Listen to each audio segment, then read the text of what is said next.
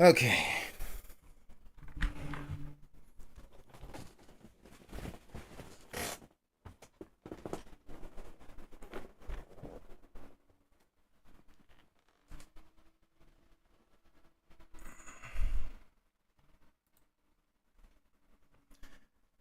All right, let's test this chat again. What's going on, guys?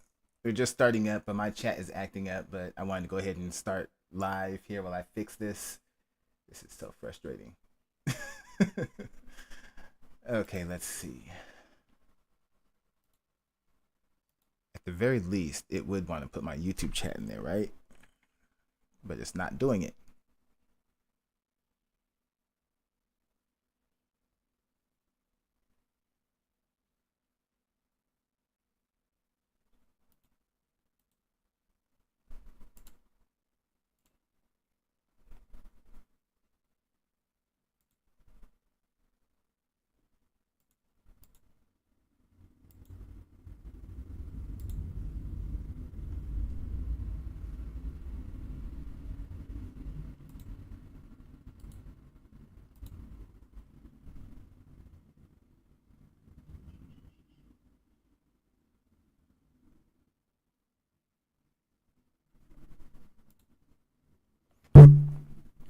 All right, we're gonna get started in a few moments, though. Get into some of this. What is wrong with my chat?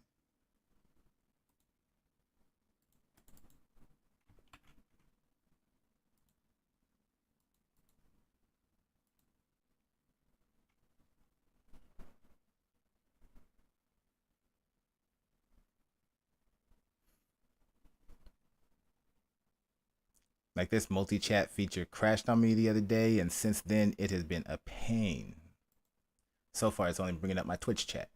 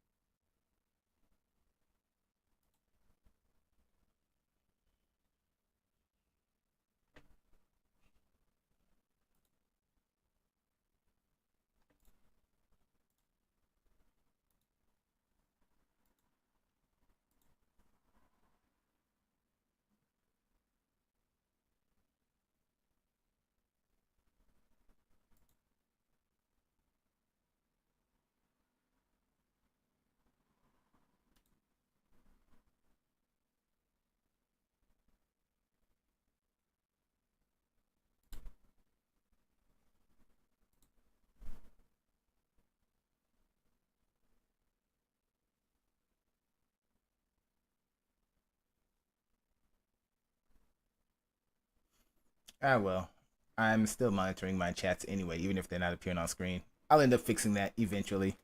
But let's get into this. What's going on, everyone? We're about to get in some reactions.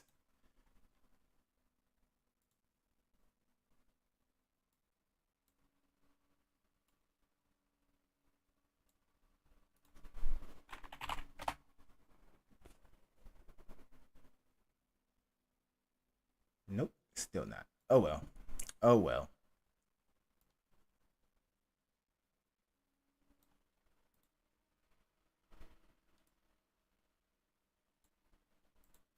Such is life.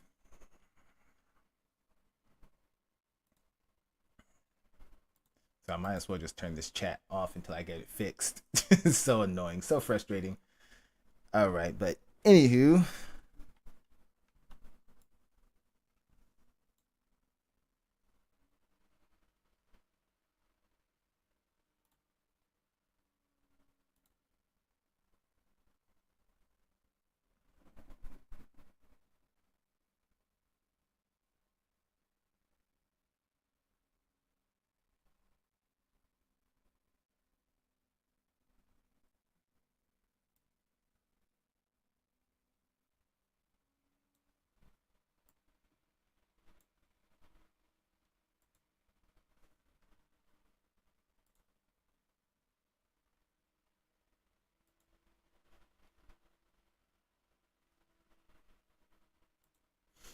All right, we're about to get started. We got a request to do, and then after that, gonna get into a Harry Mack.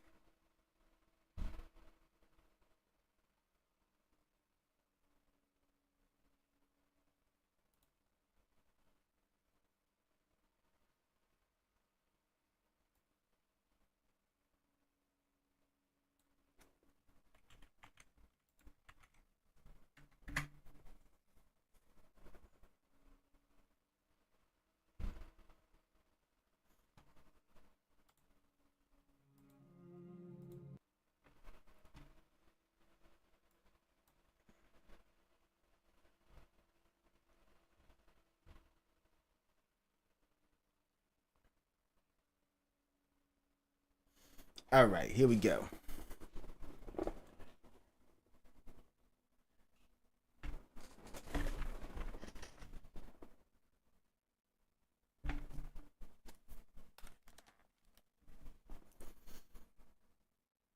All right, y'all.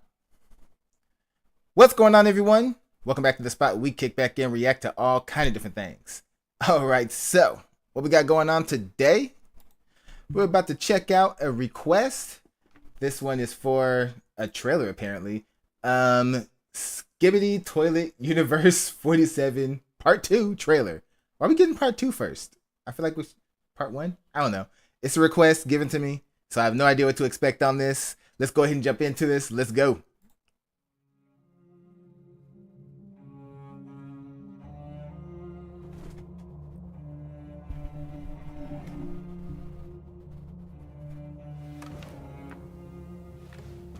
Okay.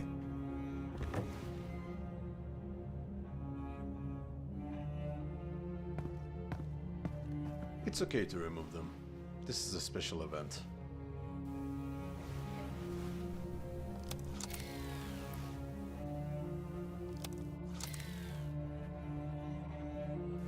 Are you sure? Not my word, Champion said. Then you must be pretty sure. Screw you all. You should be grateful that even after your betrayal, Champion still spared your lives. As he's the only one we have respect for. Not you.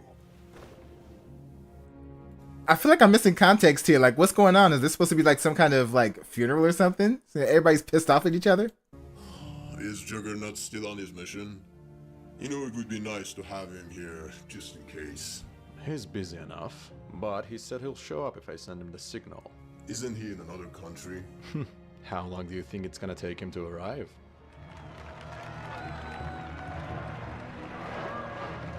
Oh, something's about to happen. Everybody's... Big boy showing up.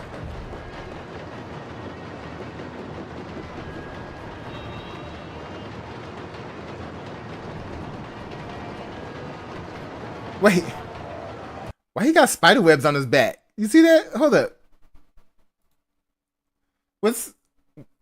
Why is he webbed up?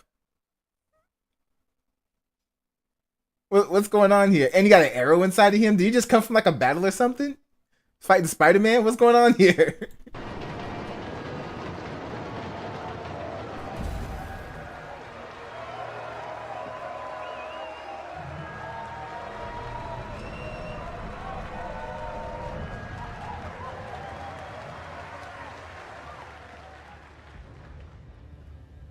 Greetings, my people.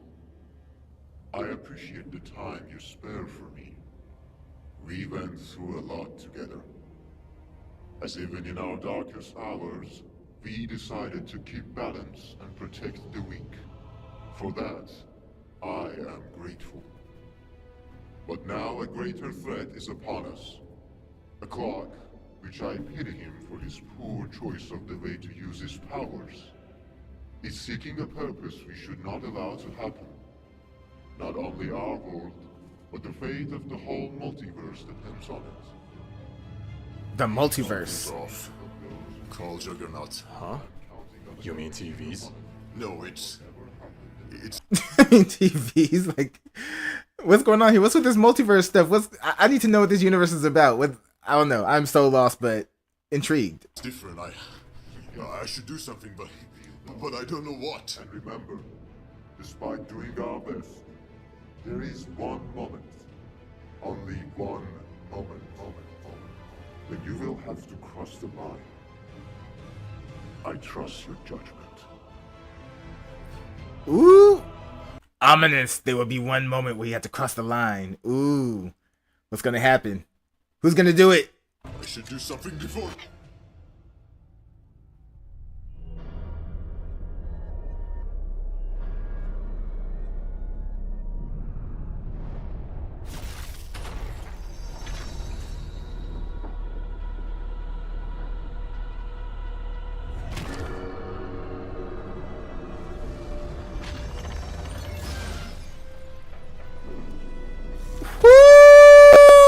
Oh man!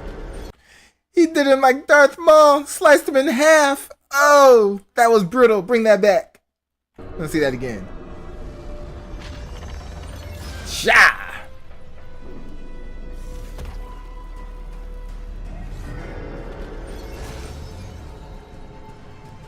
No, that first slice was dope though. The visuals on that was dope. Ooh, missing a hand.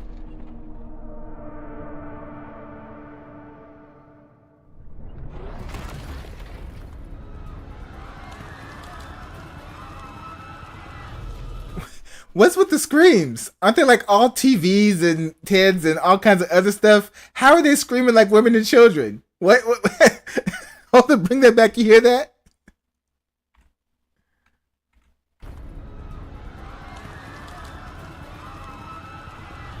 How are they capable of sounding like that? That doesn't make any sense.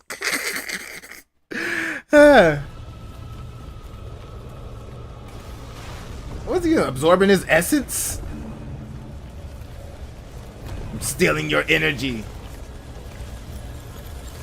It makes me stronger.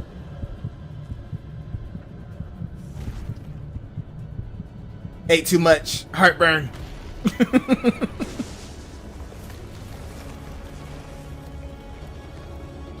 After all the suffering I've witnessed, I would say it was not even worth it. Not when you can't see your universe turn to dust. Okay. How dare you! They talk about the universe and multiverse where they're brawling in the middle of like a town square. Like, what's going on here?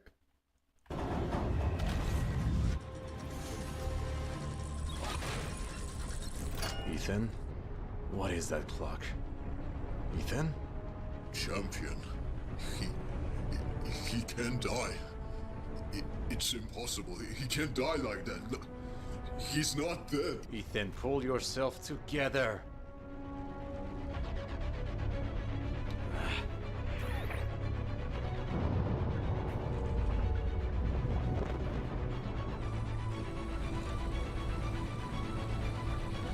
Stand down!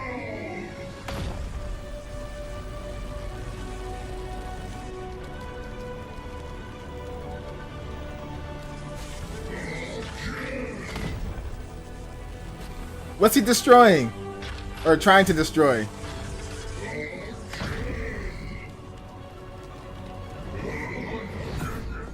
Ooh! There goes your arm!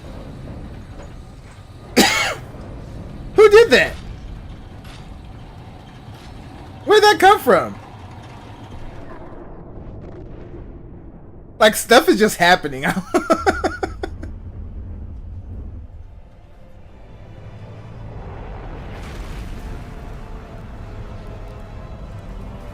And there goes home. Home is gone. Along with a lot of people.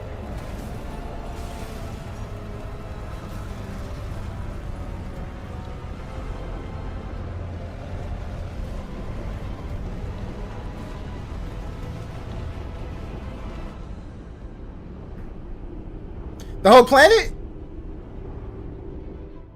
Dang! Even right now, as you're wasting my time, Sinister is destroying multiple universes, and you are the reason of it! Okay, so he took out their planet and their universe, apparently. So, multiple universes? Or is that one planet of many within this universe? What's going on here? just stayed dead. Should have just stayed dead. All right. That was interesting. What's new tabs? Oh, new tab system. That was really interesting. All right. So, is this supposed to be to like a show or is this supposed to be like a video game? I don't know. But it was an interesting trailer for what it was. I'm still a little bit lost. All I know is that the multiverse is in danger and a whole bunch of clock and TV faces are fighting for survival. But what are they going to do when they're human size and the actual enemies are these giant titans? Like, I don't know. But interesting stuff.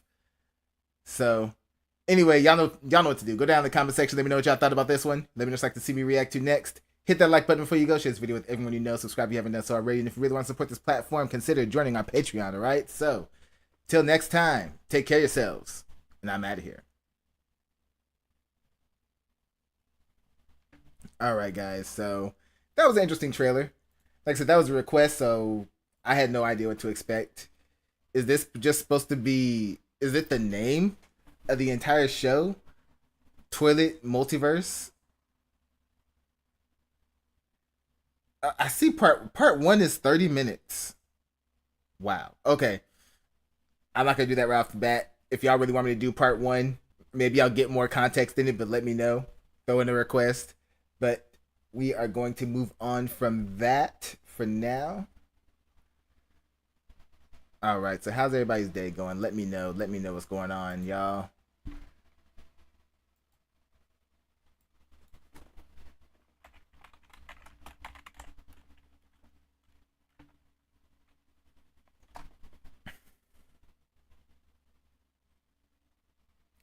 Let me see here.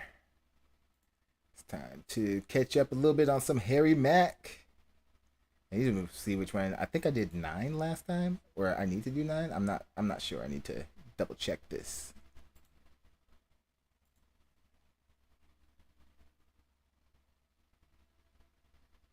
Okay, 9 was the last one I did on stream, so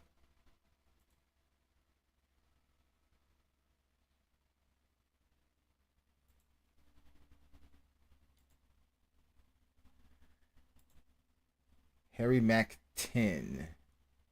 110 specifically.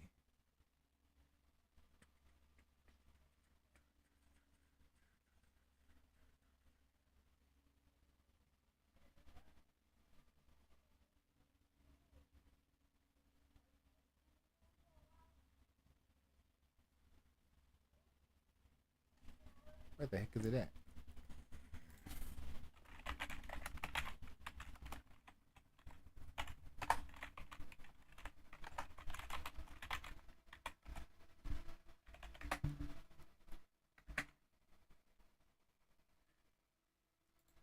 There we go.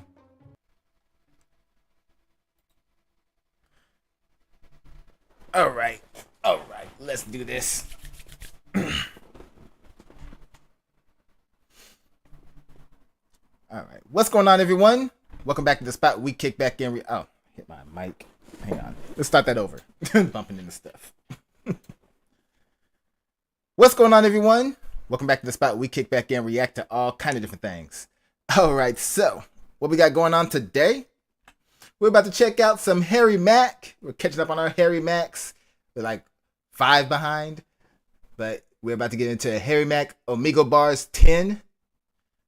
All right, let's see what he's got on this one. He's always killing it. Let's go. Hello. Hey, how's it going? Good. How about you? Your camera's really nice. Oh, thank you. Appreciate that. What are y'all up to? I'm just sitting, doing nothing. Nice. Yes. Awesome. Oh, well, same here. I'm on here. I'm doing freestyles for people. Could I do a freestyle for you guys? Sure. All right, dope. But could each of you give me like? Oh, everybody got up. They all got up, was interested. It was like, hey, he's about to do something. He's about to put on a show. Okay. Yeah, I like these vibes. Challenge me to use in my freestyle. Enthusiastic. Mashed potatoes. Nice. Enthusiastic mashed potatoes. Limerence. Ooh. Wait, say it again. Woo, okay. Limerence. I actually forgot what that means. That's a dope word, though. I've actually never heard that word before.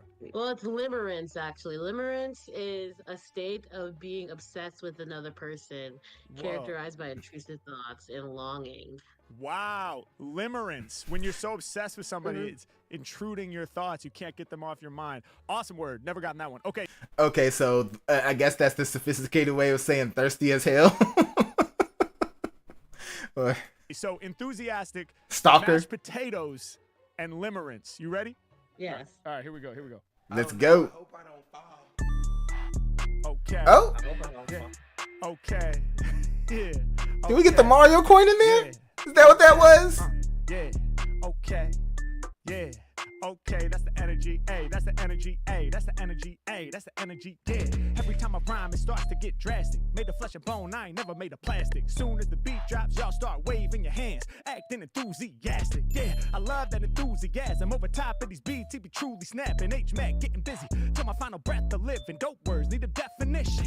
Every time I spit, you know my raps are fatal. I'ma crush a hater's brain into mashed potatoes. When it come to kicking lyrics, people know that I'm crazy. When it come to freestyles, trust me, it's all gravy. Yeah, I'm just Woo! Oh, I like that. H-Mac really came Oh, that gravy line was nice. Bring that back. Want to hear that again? mashed potatoes. When it come to kicking lyrics, people know that I'm crazy. When it come to freestyles, trust me, it's all gravy. I'm just spitting how I'm living, eating beats like mashed potatoes Thanksgiving. H-Mac really came through the feast. When it come to freestyles, they know dudes a beast. Off the top, man, I got that pole. Picture in the background, yo, it's of a skull. Makes sense, yo, it feels relevant. Cause when I rhyme, it's like I'm showing my skeleton. I peel the flesh back just to show what's going on. When it come to spitting lyrics, they know that I'm flowing strong. I'm the bomb every time that I drop this. Right up off the mental, I'm delivering the hotness. Hope I don't fall, hope I stand tall. Starts out slow, then starts to evolve. Yeah, you know I needed something different, so you're switching it, and now it's limerence. I said that's a dope word, what's it mean? Yo, I gotta grab it so that I can use it clean. Every time I rhyme, and you know I'm sending something strong in. It means a deep longing, an obsession with another human. So much so that it's all consuming. Man, I can't stop thinking of them. I need them in my life now, cause I love them. Yeah, when I think about they face,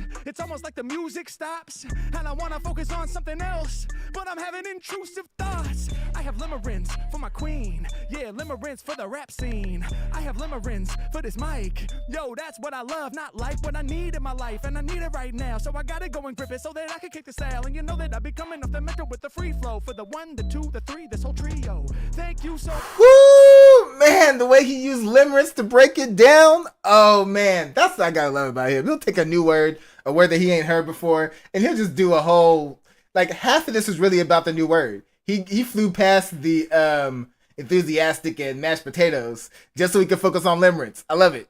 Bring that back. Bring that back. yeah, when I think about they face. Oh, all the way back. All the way back. There we go. Clean. Every time I rhyme, and you know I'm sending something strong in. It means a deep longing, an obsession with another human. So much so that it's all consuming. Man, I can't stop thinking of them. I need them in my life now, cause I love them. Yeah, when I think about they face, it's almost like the music stops, and I wanna focus on something else. But I'm having intrusive thoughts. I have limerence for my queen. Yeah, limerence for the rap scene. I have limerence for this mic. Yo, that's what I love, not like what I need in my life. And I need it right now, so I gotta go and grip it so that I can kick the style. And you know that I be coming off the mental with the free flow. For the 1, the 2, the 3, this whole trio. Thank you so much for the vocab. Spit dope raps, I'ma make you go mad. Yo, you were a visionary. Limerence, I'ma need a dictionary. Spit a limerick, or maybe I spit a haiku. When I slide through, I be spitting something fly to lift you high through the ceiling. How you feeling? When they be coming the lyrics off the mental, I'm appealing.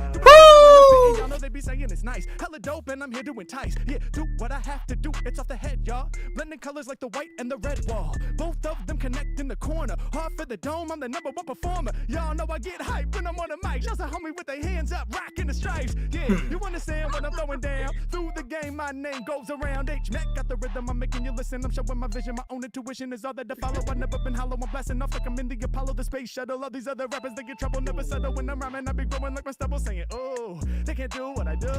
When I rhyme, Woo! That flow right there was nice.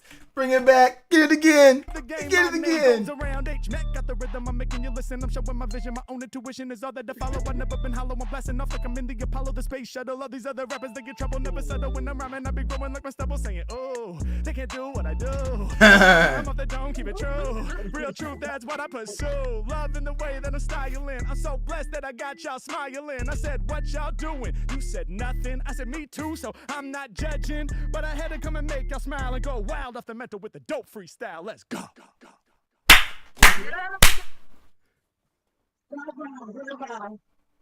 No, because I was like, why is he cooking? Oh, Do you have like a YouTube channel or something? thank you. Yes, I do. I go by Harry Mack. Like, don't be surprised about why is he cooking. Because that's what he does. That's what he does. I'll type it in the chat right now. Oh, that's amazing. Oh, thank you guys. Y'all are awesome. Bravo. Oh, thank you. A true round of applause. I appreciate it. Boom. Subscribe. Hey! Yes. Let's go. Let's go. Thank you. And hopefully after we part ways, we won't suffer from too much of a limerence. Still cooking. All right, y'all. Thanks so much. Thank you. All That was right, nice. You guys have a beautiful night. Bye. Bye-bye. What's up, man? What up? Not much. What are you doing? Just chilling. Nice. Could I do a freestyle for you? Sure.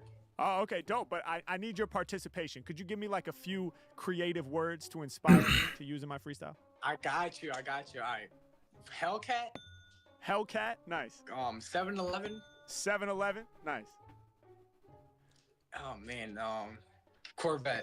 Corvette. And just for fun, let me get one more, like some kind of complicated word. Mastery. Mastery, that's a great one. I wouldn't say that was complicated, but it's okay. It's all right. Hellcat, 7-Eleven, Corvette, and mastery. Those are the words, right? That's a nice setup of You ready? words. Nice setup of words. Sir. All right, let's do it. Oh, it is on fire. Yeah, I excel with rap. My brain revs its engine like I'm in the Hellcat. I push the pedal to the metal, I'm increasing the speed. When it comes to lyricism, my flow's freezing indeed. I'm cold. Okay. I got what you want, I'm ready to flaunt. Whole nother level, y'all know that's what Harry is on. Rappers stepping to me, about to feel the strongest wrath. I sing my soul out like Johnny Cash. I seen it on your t-shirt, Okay. so I'm calling it out. These other rappers in the game be on the faultiest route. Yeah, I'm making sure you with me, dog. I'll help you focus, cause I read it off your shirt and I think you hardly noticed. I'ma bring you back. Tell them lock in. I'm gonna be throwing them at you. Get ready. Freestyle components get combined.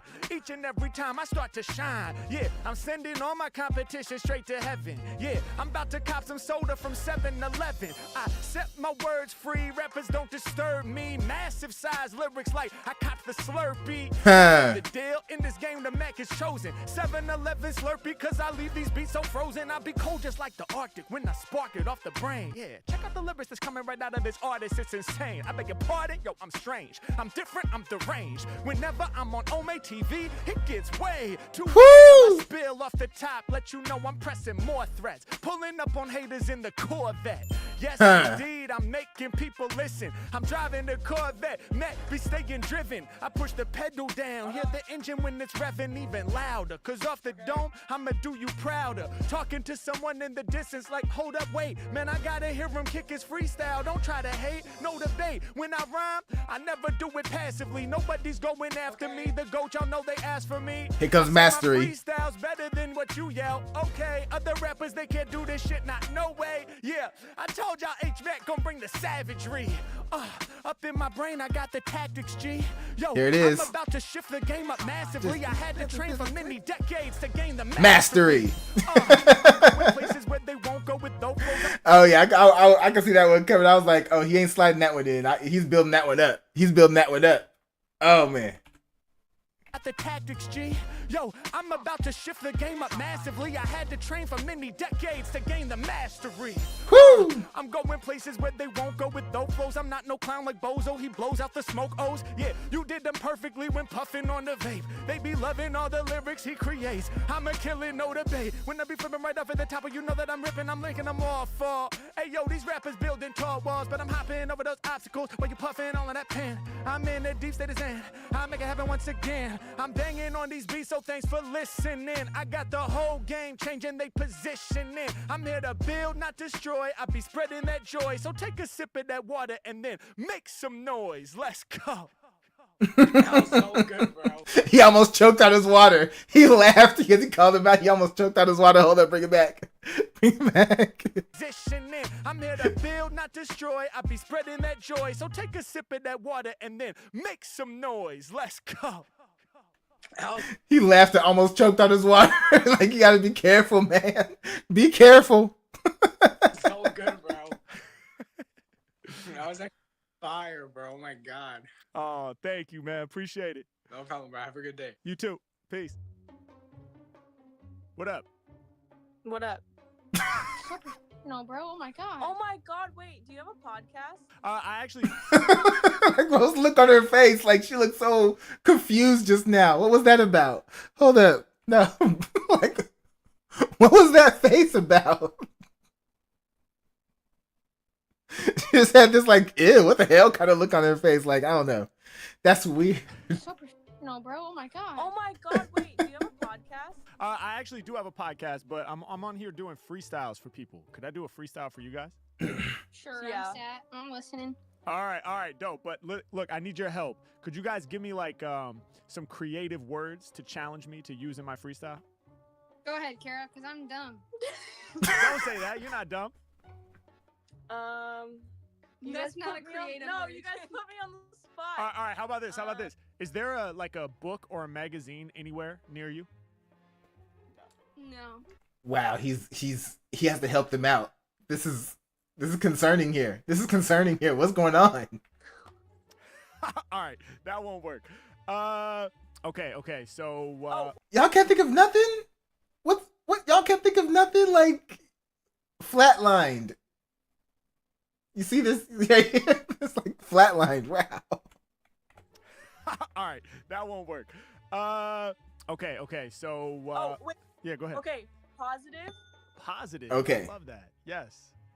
Okay. Malicious.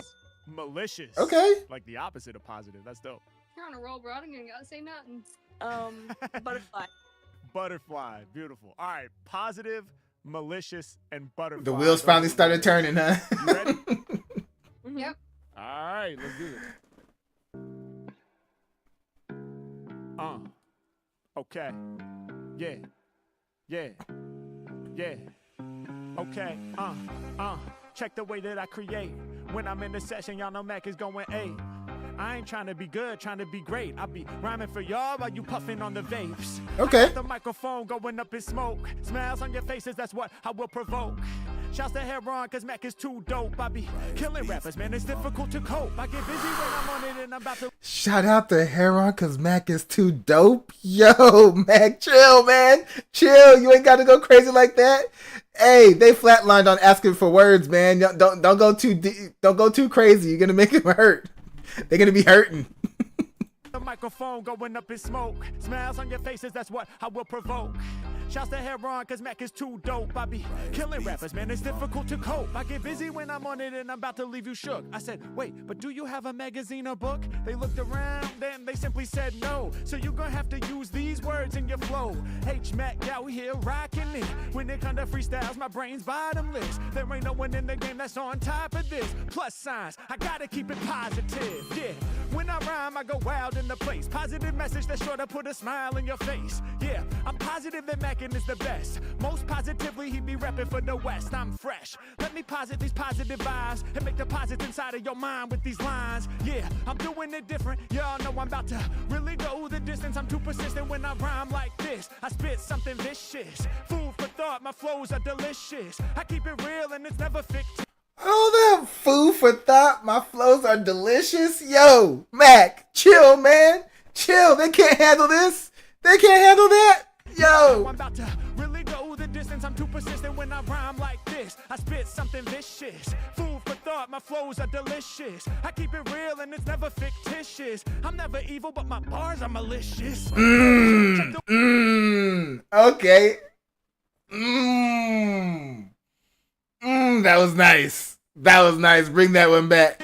I spit something vicious. Food for thought my flows are delicious. I keep it real and it's never fictitious. I'm never evil, but my bars are malicious. Woo! Check the way I grab the vocab. Hold up, did the editor throw something in there? I think I missed that. Hold up, hold up. I'm never evil, but my bars are malicious. Yep. Shout out to the editor. Shout out to the editor. Always. Yeah, check the way I grab the vocab. Lyrically, he's so bad, he makes you go mad. And you know that. Yeah, I'm about to throw that flow that's fat at ya. My bars might catch ya. Blowing out the smoke, yo, you blowing out a cloud. Crank up the decibels, we about to turn it loud. Yeah, y'all know I came to rap and scorch. Y'all coordinate, your vapes go back and forth. Yeah, one That was funny. I didn't even know. How they been doing that? Just like really taking turns, even though they have their own vapes. Y'all coordinate, your vapes go back and forth. Yeah, one these rappers could not recover. When it come to lyrics, I'm fatter than whale blubber. Yeah, I be much better than these other guys. Taking flight through the sky like a butterfly. I'm a king in this thing, I'm the monarch. Yeah, every time I spit, I'm the bomb. I spark a new lyric when I light the fuse. I grip the mic, then I send something righteous through. I said, butterfly, did I hear you right? That edit was perfect. Oh, that edit was perfect. Oh, gotta see that one again. That was funny. Even the editor knows that they are not keeping up. In this thing, I'm the monarch. Yeah, every time I spit, I'm the bomb. I spark a new lyric when I light the fuse. I grip the mic, then I send something righteous through. I said, did I hear you right? Oh, is that true? Makes sense, cause I see you got butterfly tattoos. Yeah, y'all know my lyrics sound colder. You got a butterfly drawn on your shoulder. My lyrics about to smolder every time I do this. All inside my heart, that's where the truth is. Yeah, I make your friend cover your mouth. Y'all know what I say. I kick it off the top without no delay. You said you were dumb, you're not. You were bluffing, but you said you're on a roll. I ain't gotta say nothing. Yeah, I be banging like percussion. Lyrically, I'm crushing. Beats what I'm dusting. Harry Mack is so nice, just making him feel better. He's like, you're not dumb. You're not dumb. Okay, I'm not gonna say she's dumb. She just wasn't trying. She wasn't using her brain in this. Oh man. Nothing. Yeah, I be banging like percussion. Lyrically, I'm crushing. Beats what I'm dusting off. I'm never soft. The certified boss. They stepping in correct. You know these rappers taking a loss. Yeah, I do me stepping up. That's a major foul. Rappers couldn't hang if they was your background paper towels. I see them right underneath the cupboard. That was nice. That was nice. That was a nice one right there. Major foul. Rappers couldn't hang if they was your background paper towels. I see them right underneath the cupboard. I be doing this for all the rhyme lovers. Yeah, I'm kicking lyrics that are so enriching. Your friend pointed back like, yeah, they be in the kitchen. I see it right now when I'm cooking up. I'm the lyricist that everybody looking up. Every time I spray lyrics, you know that I stay clever. Shouts out homie with the black hair and homie with gray sweater. Let's go. Damn. Damn, his hat look good. They wasn't expecting right to a pro today. They wasn't expecting the Mac. Talent, bro. I could never. Thank you. Appreciate you guys. Of course. What are your I could never. Yes, we know. We know. platforms? I'm on YouTube. I'm on TikTok, Instagram, kind of all of them. I go by Harry Mack, so it's HARRYMACK. I'll drop it in the chat right now. Got it. We'll follow you. Yeah, we'll definitely Hey, follow appreciate you. it. And real quick, before you guys go, first of all, those were awesome words. Thank you so much, and thanks for your energy. Second of all, I'm actually making videos for my social media right now. For the energy, like, okay, they was impressed, they was focused, but I didn't see like energy there. They weren't being hype at all. So yeah, Harry Mack is just being a nice dude. He's a nice dude. He's a real nice dude. He's kind to everybody because there wasn't energy there, not to me. You guys be cool with me using this clip in one of my videos? Go for it. Go for it. Hell yeah. Appreciate it so much. Thank you. Of course. Have a good Have day. a good You day. too. Much love, guys. Much love. Bye-bye. Boom, there you have it. Hope y'all enjoyed the episode so much. If you want to support me, go ahead and click the link up here, man. We got something fun for you. If you just want to... All right, that was a great one. Always with Harry Mack. Always. All right, y'all. So y'all know to... Man, y'all... Why can't I talk? I can't do my outro? Y'all know what to do. Go down in the comment section. Let me know what y'all thought about this one. Let me know what you'd like to see me react to next. Hit that like button before you go. Share this video with everyone you know. Subscribe if you haven't done so already. And if you really want to support this platform, consider joining that Patreon. All right? So, till next time, take care of yourselves. And I'm out of here. All right, y'all. So we got knocked out 2. So let me see what we're going to get into next.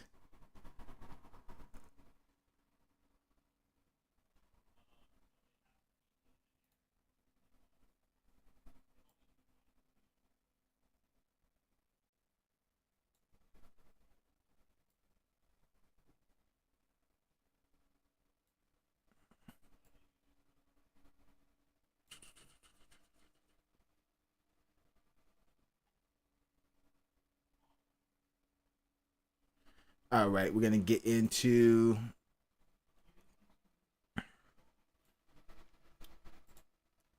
animal reaction or science reaction. Animal reaction because it's right here.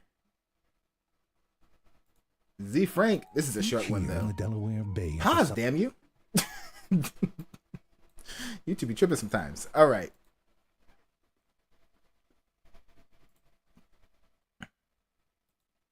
Here we go. What's going on, everyone? Welcome back to the spot. We kick back and react to all kind of different things.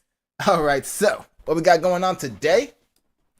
We're about to check out some true facts. This next one on here is called Save the Turtle Spiders. All right, this is a shorter one, so I guess you're just going to go through, like, you know, why we need to save them. But they always got good jokes on here and always very informative, very funny. So let's go ahead and check them out. Let's go. Each year in the Delaware Bay at the southern tip of New Jersey, horseshoe crabs, a whole bunch of them, ride up onto shore with the high tide to make babies. Now, they're not crabs. They're the only surviving members of Xiphosaura, an order of arthropods that are closer to spiders than they are crabs. And they've been doing this for a long time.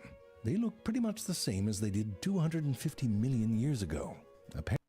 I mean, they look crab-like, but you said closer to spiders. So spiders with shells? As a person who hates spiders, I don't know. I would rather think of them as crabs. They don't look like spiders to me. I would rather think of them as crabs. Much the same as they did 250 million years ago. Apparently, what they've got going on here has worked for them. From the top, they look a bit like an episode of Hungry Hungry Hippos, Where Are They Now? But when they're upside down... That's funny. Oh, man. Hungry Hippos, Where Are They Now? Wow. And I can see it, too. I can so see it. Looks like a nest of baby needle-nose pliers. But they're not pinchy-pinchy, they just look like they are. Now, they don't make babies like we... Wait, they have pinchers that don't pinch? Evolution screwed you over, buddy. Do. Well, you might do it this way, no judgment. Instead, they practice what is called external fertilization. A female will dig down into the sand and lay about 5,000 to 6,000 eggs. And then a male, or multiple males, will do their business on top of the eggs to fertilize them. Yeah, that's right, that's what you've been watching, you perv.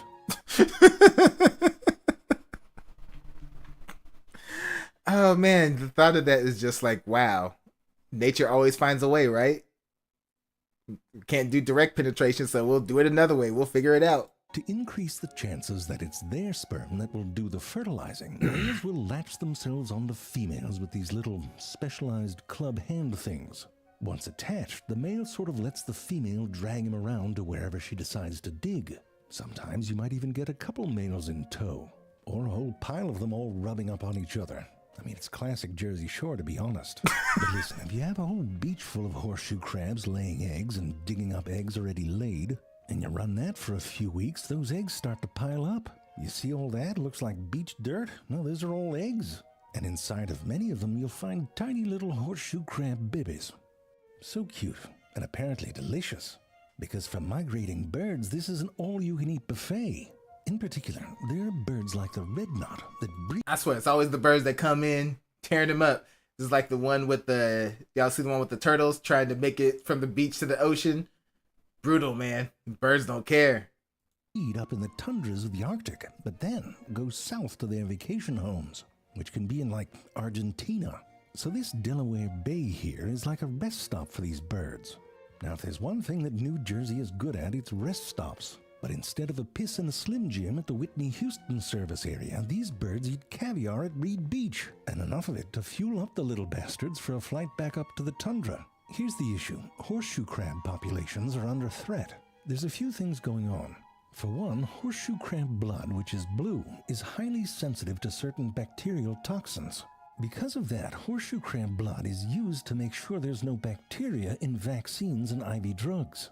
Extracting the blood isn't necessarily fatal, but if the animals return to the wild, they're often weak and disoriented. The good news is there's a... You know, it always makes you wonder. How did we discover that in the first place? Who was it that took a horseshoe crab, turtle spider, whatever you want to call them, and was like, let's see what we can do with their urine. Oh, this actually has uses for us. We can do things with this. But who was it who had the thought process of, I'm going to experiment with turtle spider blood? Or you, like, huh? Drugs. Extracting the blood. Drugs. Bacteria in vaccines and IV drugs.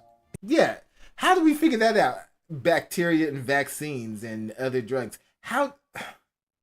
I swear, we be figuring out this universe, but some of the things we discover is so questionable. Like, it's one of those stories where you want to know, but you don't want to know. Because you know it's going to be something that's going to make your stomach turn a little bit.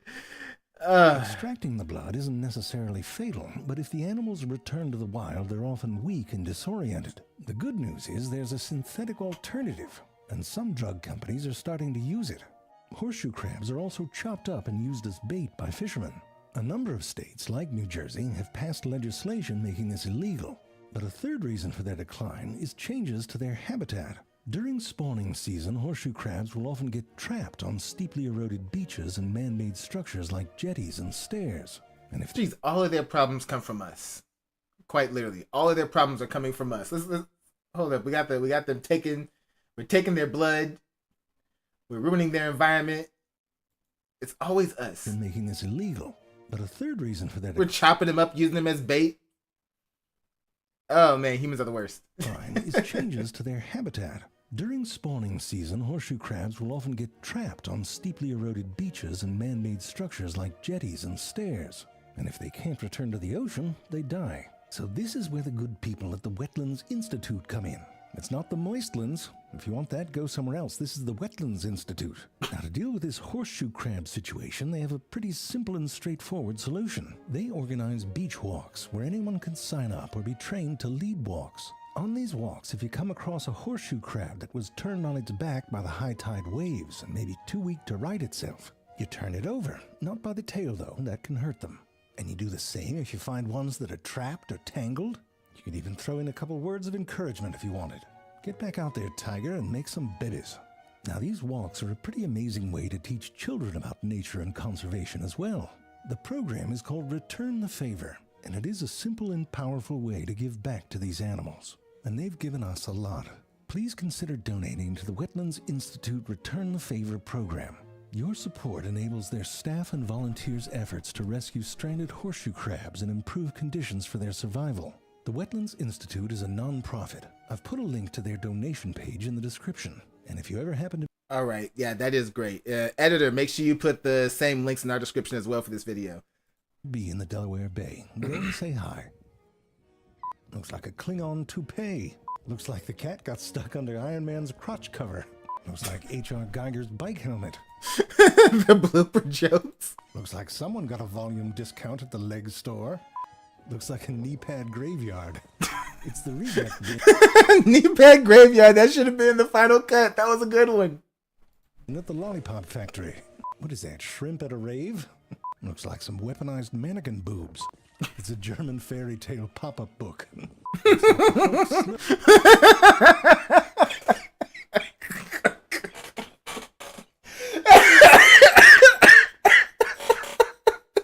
Oh my god, German fairy tale pop-up book. I'm dead. Whoa. Oh, I was not expecting that one. Oh man. Oh, that's a turtle spider. Volkswagen of the sea. Looks like a cast iron skillet with legs and a dream.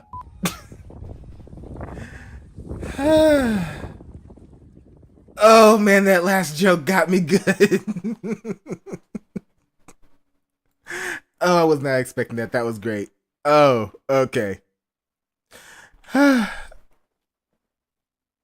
That's why I love this channel. So educational yet so funny. But all right, y'all.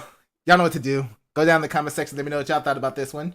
And let me just like to see me react to next. Hit that like button before you go. Share this video with everyone you know. Subscribe if you haven't done so already. And if you really feel like supporting this platform, consider joining our Patreon.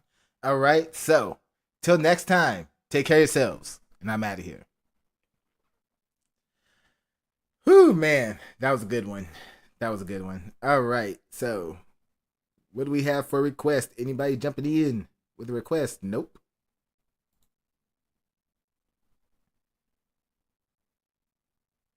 Nope, not a nothing at this time. Okay, so let me see here.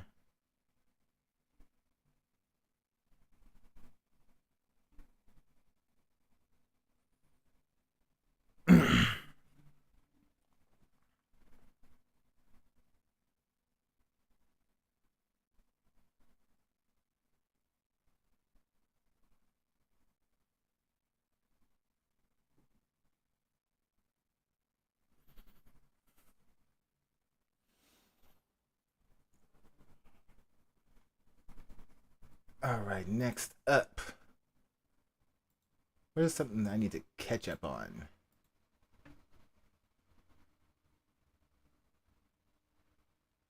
Oh yeah, we got a new Casual Geographic.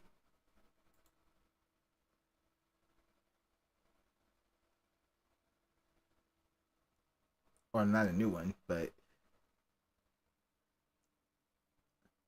this one sounds like it'll be interesting though.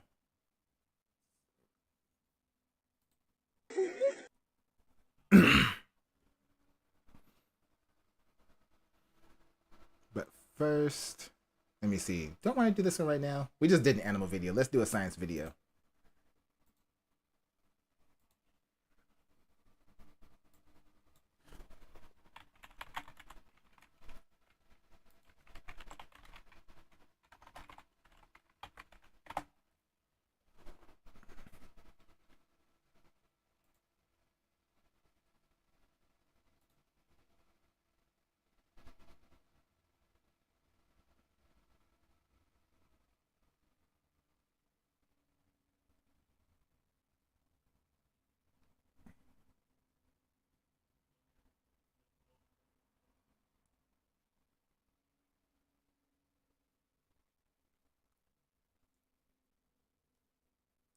Oh, I haven't seen this one yet.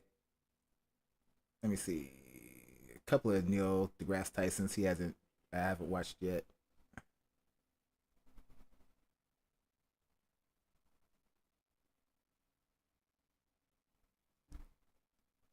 Reacts to science TikToks. Yeah, I'm interested in this. Let's go ahead and check this out. Chuck, always good to have you. Oh, this is gonna be an interesting one.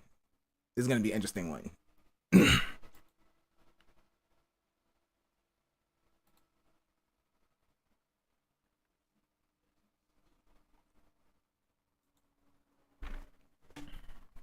All right, y'all, let's get started on this one. What's going on, everyone? Welcome back to the spot. We kick back and react to all kind of different things. All right, so what we got going on today? We're about to check out some Neil deGrasse Tyson on Star Talk. This one's a little different from the usual ones. This one is him reacting to science TikToks. All right. I've seen some good science TikTokers out there. I know there was like there's that one lady who's doing the classroom and everything. She's really good. Damn, I can't remember her name. I can't remember her name.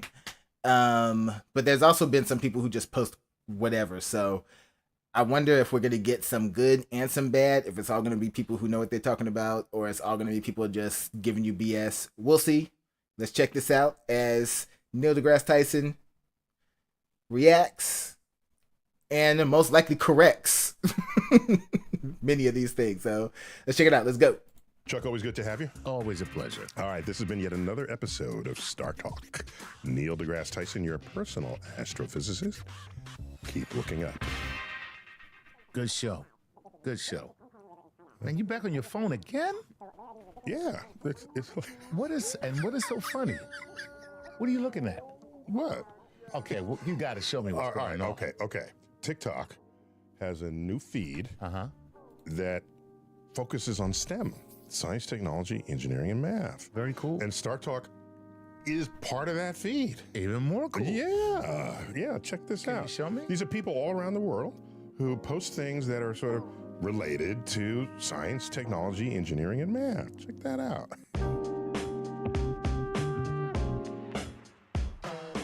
Have a friend In partnership with TikTok. And I think this is great too because just highlighting other people, getting the word out there on other people who are out there doing, science content and stuff like that. Like, I don't do science content, but I love to learn, so I would love watching the science content creators. So Let's go. hold a cane out horizontally for you, or another similar object. And putting your 2 index fingers together, try to place them underneath the center of mass. When they let go, you will find it doesn't normally work. But now try putting each index finger at opposite ends of the cane and then moving your index fingers in towards the middle. It works every time. What you will find is that they always end up right under the center of mass of the cane. You can try starting off asymmetrically, and they will still end up under the center of mass. How does that work? So with the cane, what's interesting, or any stick, Right. any horizontal, I used to do it with yardsticks. So you can start at any 2 points, as long as each finger starts out on either side of what would become the center of mass. Okay. But they don't have to be equally separated. Right. This finger could be 1 inch from the center of mass, and this could be 7 inches, 10 inches, whatever. And as you start pulling it in, this finger just stays there until they're both equidistant, and then they move simultaneously together. When you do this, there's more weight on this finger than on that finger. Right. There's more friction, and this stays put until this catches up. Right. It's a brilliant, brilliant demonstration. I love there. it. Interesting. Hold up. Hold up. Before we move on to the next one, I need to try that. Hang on a second. I need to try that because I got lightsabers and stuff. So let me see if this works with a lightsaber. Okay. So normally the center of mass would be like right in here at the hilt. So I wonder, starting off here, I'm gonna slowly do it.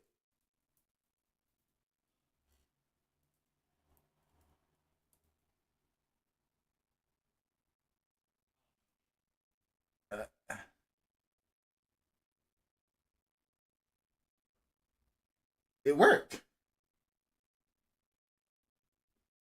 My finger, I wasn't like trying to force it. My finger on this end just would not slide because there was more weight.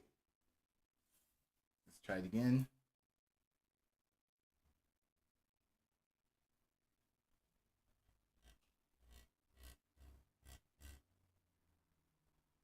And it's even got ridges and stuff, which makes it more difficult, so it's not smooth. And yeah, it doesn't fall over. That's wild. That is wild. And I wonder, hold up, because that's got the weight at the end because it's got the hilt on it. I got this one that's just a blade because it cracked. So let's see. Let's do this one now. So the center would just be really somewhere in the center. I'm just rolling up my arm. Okay. Balanced.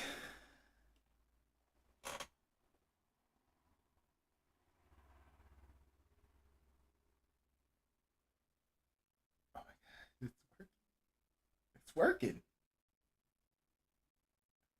Dude, I never knew about that one. See, this is why I like watching science videos. You learn cool stuff. Oh man, okay. It's back to this. Shout out from NASA. So to celebrate, we're gonna rap on one of his beats. Now everyone must participate, and we're gonna go in solar system order. Hey, I can spit some? Yeah, just go after Nep and before Pluto. Say less. Saturn, take it away.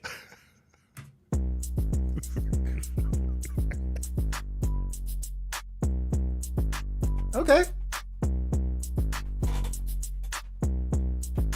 At first, I had to watch it carefully to realize it's the same guy everywhere. But he's dressed completely differently. With different hairstyles. Retrograde, I'll spin the block real quick. I mess up that new car. He's giving good side chick on my queen like tip. Good planetary science too. Yes. You know gravity, cause I got G's on deck. Yo, it's V, you know I'm not. That was a nice bar too. I don't need gravity. I got G's on deck. Okay.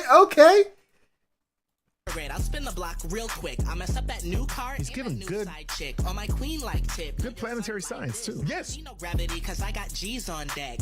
Yo, it's V, you know I'm 900 degrees. 900 degrees planet is Venus. To make tight knees. Got them boys shook cause I infertility. Anybody touch it? And a little goddess. Goddess of fertility. Earth population 7 billion. I love how like Neil is really like listening to the information here while Chuck is really vibing to the beat. You can tell the difference between the two. Oh man.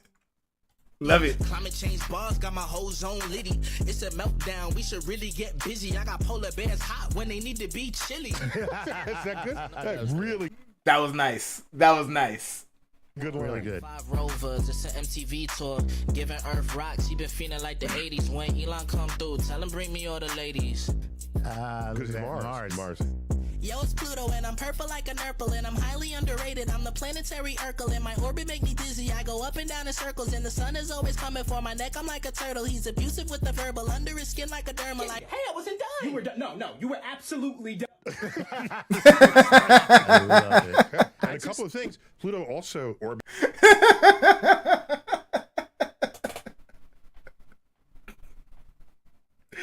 Oh, the rag on Pluto's hilarious. It's with its axis highly tilted. Very so sometimes it's pointing towards the sun. And sometimes so the gestures here about the sun on his neck. Yep. No, the science is amazing. No, it's authentic. You can't do that unless you know what you're doing. Right. That's good stuff. Exactly. Exactly. That's why when people talk about there's no intelligence in hip hop, that's BS. Absolute BS. Now, have we had some really, really less than intelligent and creative rap songs come into existence? Absolutely. But to be a great rapper, you have to be intelligent. You know, there's no great rapper who's incredibly skilled who's stupid. You know what I'm saying?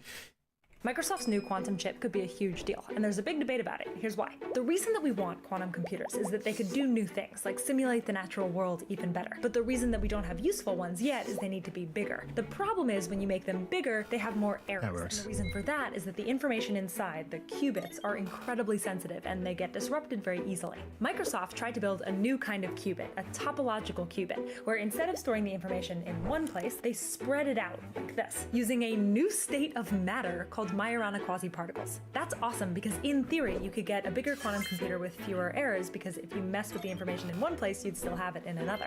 That's pretty wild. Yeah. Interesting. Yeah, so what I like about this is these are people not just explaining ordinary science that you get in a textbook. Right. They're reaching out for the frontier, checking press releases and the latest discoveries. Yeah, because that is the cutting edge of computing right now. Right now. Often what we do on Star Talk, it's sort of basic science, the foundational science. Speak for yourself. Oh, you do frontier science? No, I'm saying it's advanced from me. Oh, right. No, basic, simple. I mean basic. It's been in the textbooks for, in some cases, centuries. So everyone here is high energy.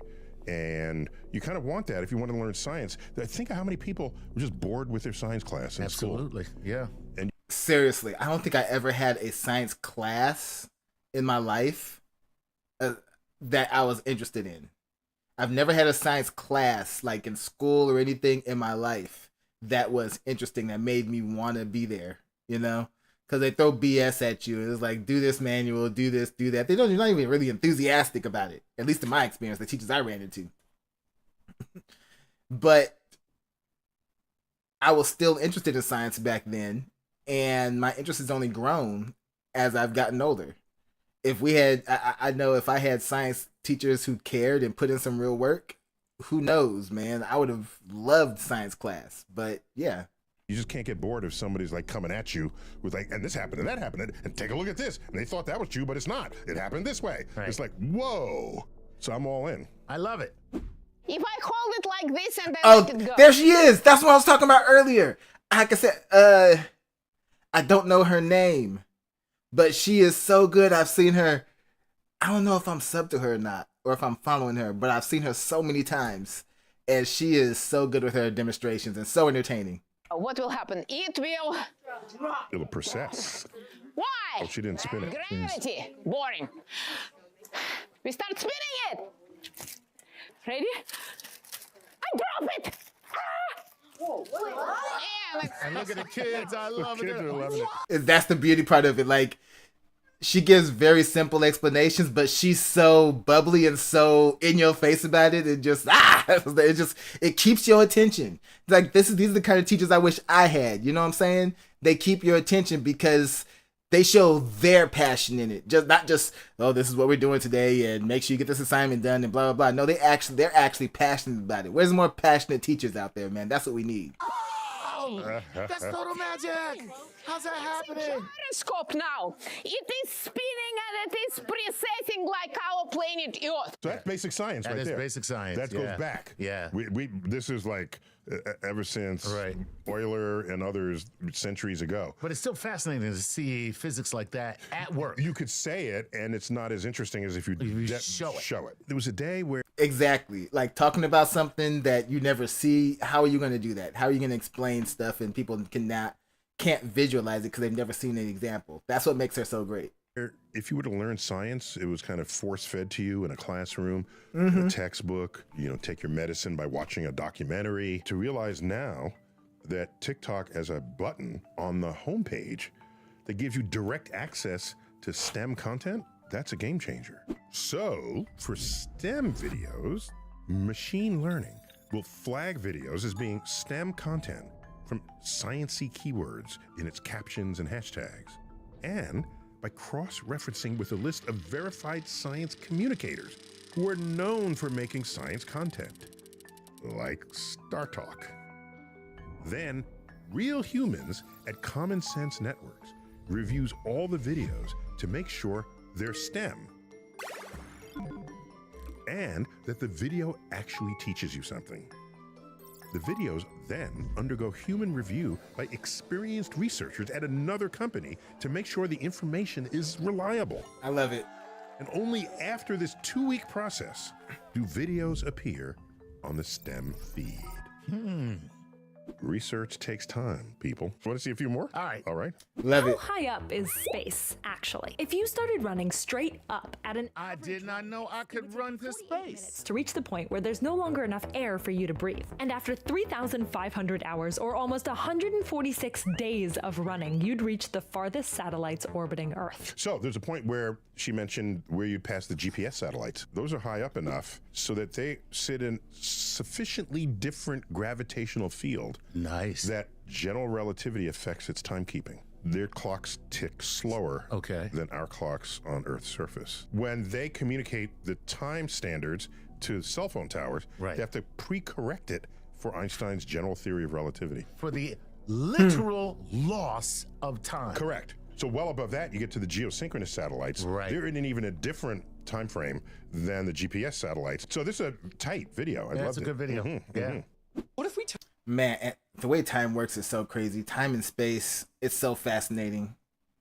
turned off all the lights on Earth for an entire day? 3 billion people, including 80% of North Americans, would get to see an unobstructed view of the Milky Way for the first time in their lives. Wow. He's trying to take you to a new place to think about the world. It gets dark, you turn on the lights. All right. Who thinks in ways other than that? Right. Which is, hey, it's dark.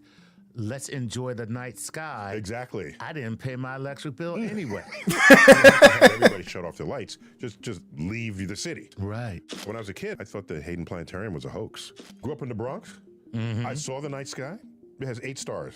And that was it. That and the sun and the moon, and I was perfectly happy with that. So you were in the Hayden Planetarium. And then I went to the Hayden Planetarium. And you saw the full night sky. The full night sky, and I said, this is a hoax. It's a delightful hoax. You need those occasional reminders. And sometimes I forget to give that kind of reminder. Yeah. So I'm glad there are people out there who are thinking that way. Very cool. So as I understand it, this feed is curated for the user because not everyone is interested in all science. Sometimes science is like jazz. You start off liking Kenny G, and you end up liking Thelonious Monk. I do like the curating part because, like, all the videos that you showed, they were like all space. Yeah, they were. Because 100% of them. That's you. Whereas me, I probably get a lot of climate stuff. In this modern age, it's all about the algorithm. The algorithm is feeding me more of what I like. And in a STEM feed, oh my gosh. So do you know about the algorithm? Well, I know that TikTok serves up content that you like through their special blend of moderation and curation, which is really just math. Machine learning algorithms and human experts provide a double layer of protection to ensure anything that violates community guidelines is filtered out. Then what's left is fit for the feed. Each user's For You feed is a set of just 8 videos, constantly refreshing itself to ensure it stays personalized, diverse, and locally relevant. To tailor your For You feed, a mathematical algorithm looks at the content you've engaged in the past to find overlap between popular videos and videos it thinks you like. When users have seen too much of a particular type of content, they're in a filter bubble. TikTok avoids filter bubbles by using machine learning to analyze the similarity between videos and inserting variety. They will also prioritize showing you videos from your home country. I guess you do know about the algorithm. A little. All right. Want to see some more? Why not? The sick Knew a little something, a lot more. Like, that's why I love this channel. The explanations. Even Chuck gets off every now and then. Go, Chuck! mysteries in physics that could win you a Nobel Prize. Mystery number 1 is dark matter. Until today, we don't know what the nature of dark matter is. You nail that, you got Nobel Prize. You call it Fred. I do. Yeah. Dark matter and dark energy. matter. If he's a mention, he's going to have to mention dark energy. Right. Let's see. Mystery number 2 is dark energy. There you go. You called it. There you go. Expanding at a rapid rate, and it keeps expanding. And when we think of the question, why is it expanding? Why is it running away? Because we're being chased by another universe. Something visible everywhere in the universe called dark energy, and we believe that it has some Claire sort of de Lune in the background? anti-gravitational effects that instead of bringing things together, it throws things apart. I think it is.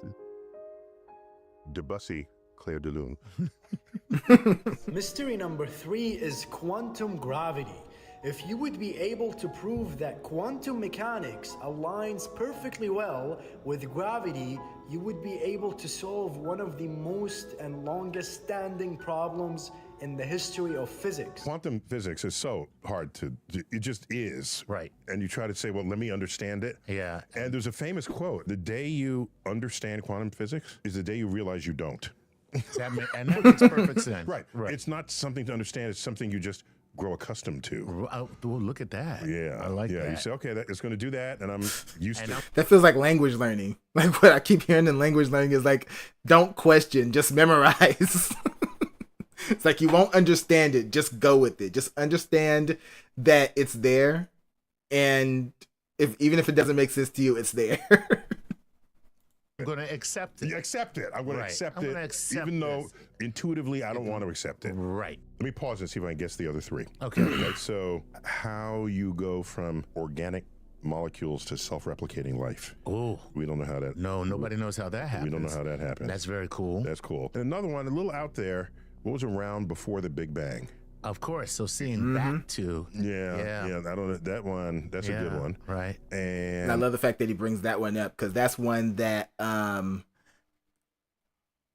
talked to a lot of people about, because a lot of people like to try to tie the Big Bang to religion, to try to say, oh, you're trying to say that that's when the beginning of time happened and stuff like that. Like, no. We're just saying with our current technology, that's the state of the universe that we've been able to see looking as far back as we can. Because we track the history of the universe through light. And all light, going back 14 billion-ish years, goes back to one center mass that's just one hot bubble, basically, that expands outward, thus being the Big Bang. We don't know what happened before it. We don't know how it got there. If it formed there naturally, where all the matter came from that made up our universe, we don't know any of that. All we know is that from where we started off, the furthest back we can look is that we were this hot, massive bubble of, just plasma, and then we expanded outward into the universe until all the galaxies and everything else that we have. And it's funny that people take that and run with the narrative that you guys are saying that this is how we all came into existence. I'm like, we're not trying to, like, yeah, we are saying it because it's true. We've observed it, but that doesn't take away anything from religion or anything else. Because at the end of the day, we don't know what put it there. We don't. We just know that it's there. And because that's where all light traces back to, we can't see or look at anything that happened before then. So yeah. The furthest back we look is the Big Bang. And so I've had to explain that to so many people because they just don't get it. They take it and run with the whole religious thing, and it's like, no, it's not about religion at all. It's not about religion at all. But let's continue. We need a sixth one here. Hold what's on. Inside of a black hole? Oh. Yeah, but you can just go and find out. Oh, I know. Go ahead. No, you don't. What accounts for the antimatter asymmetry in the universe? In the universe. This is, yes. Oh my God, I lose sleep over that one. I got to tell you, that is a good one. That's a good one.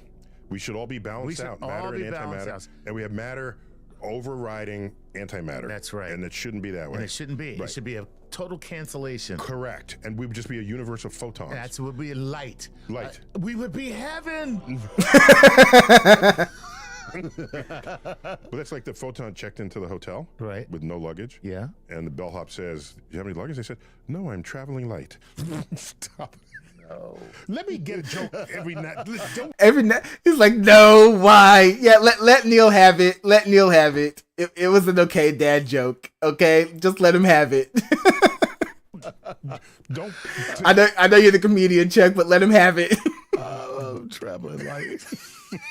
All right, let's see what he says. Mystery number. All right, before we get to the next one, Serafina, yo, glad you could make it. Yes, this has been a funny one so far, but I've been really enjoying this. 4 is the inflation of the universe, where physicists believe that right after the Big Bang had happened by 10 to the power of negative 34 seconds. So he's talking about right after the Big Bang. You said what's before the Big Bang. Yeah, the difference is we already have the theory of inflation. Right. That's not a new That's not a new understanding that has to come out. Right. So what's different now is inflation explains so much of what's going on out there. Right. But we don't have evidence of it having happened. We just declare that it happened, and that explains so many things. But the idea of the inflation is already out there, whereas we don't understand dark matter, dark energy. If there is inflation, we fully understand it. The only thing that would happen is... And that's something that happens in science a lot, where we label something, we haven't exactly discovered it, but we've discovered the effects that it's creating. You know, that's something that we've gone through history. I'm trying to think, which planet was it? It was, I can't remember which one of our larger planets, Neptune, or Saturn. No, it wasn't Saturn, but it was either Neptune or Uranus. I think Uranus, but don't quote me on which planet, because I can't remember which one specifically. But we found the effects of one of our planets before we discovered our planet, did the math, and discovered its location off of seeing the gravitational effects, observing the gravitational effects that it was having on the surrounding galaxy. We thought that it was some anomaly that was just causing it to happen. We discovered a whole new planet based off of the effects of that planet. And so, yeah, so what he's saying here is that there was an effect after the Big Bang. We don't know what caused it, but we know the effects, and we can apply those effects to other things, and it works out perfectly. So we know what the source caused, we just don't have the source yet. You know, it's to like, we know what created something, but we don't know what that thing is. We know it did something, but we don't know what that thing that did it is quite yet. And so that's what they're talking about here. And so we know what happened, but we don't quite know what caused it. We gave it a name, and hopefully we'll discover it someday, but that's pretty much, you know. You would confirm. Yeah, and that can be worth a Nobel Prize. Could be. But it's Absolutely. a different nature of a discovery. Exactly. Yeah, absolutely. Mm-hmm. It's a different nature because it's like a gap in information, as opposed to just not having any clue about what happened before, which is what Before the Big Bang is about. We have no clue, no information, nothing to go on. Completely lost on that. Theory number 5 is observing the Hawking radiation, where the physicist Stephen Hawking theorized that a black hole acts exactly like a hot pot on a hot stove, that it emits radiation, and by doing so it loses energy and evaporates. Yeah. But the problem with that is that the math works. Stephen Hawking's math works. The theoretical understanding is completely in place. Quantum physics provides for it. It's all there. All right. And so if you wanted someone to be able to observe it, okay. Yeah. And observations get Nobel Prizes. Yeah. I don't want to diminish the role and value of observational science here. You're thinking more conceptual discovery as opposed to, hey, look at that. Okay. Exactly. Observation science is not just some guy out there looking at a light and being like, I think it's an alien. No, you have to be able to really like find something and at least be able to describe it and be like, you know, a real discovery, not just, hey, what's that over there?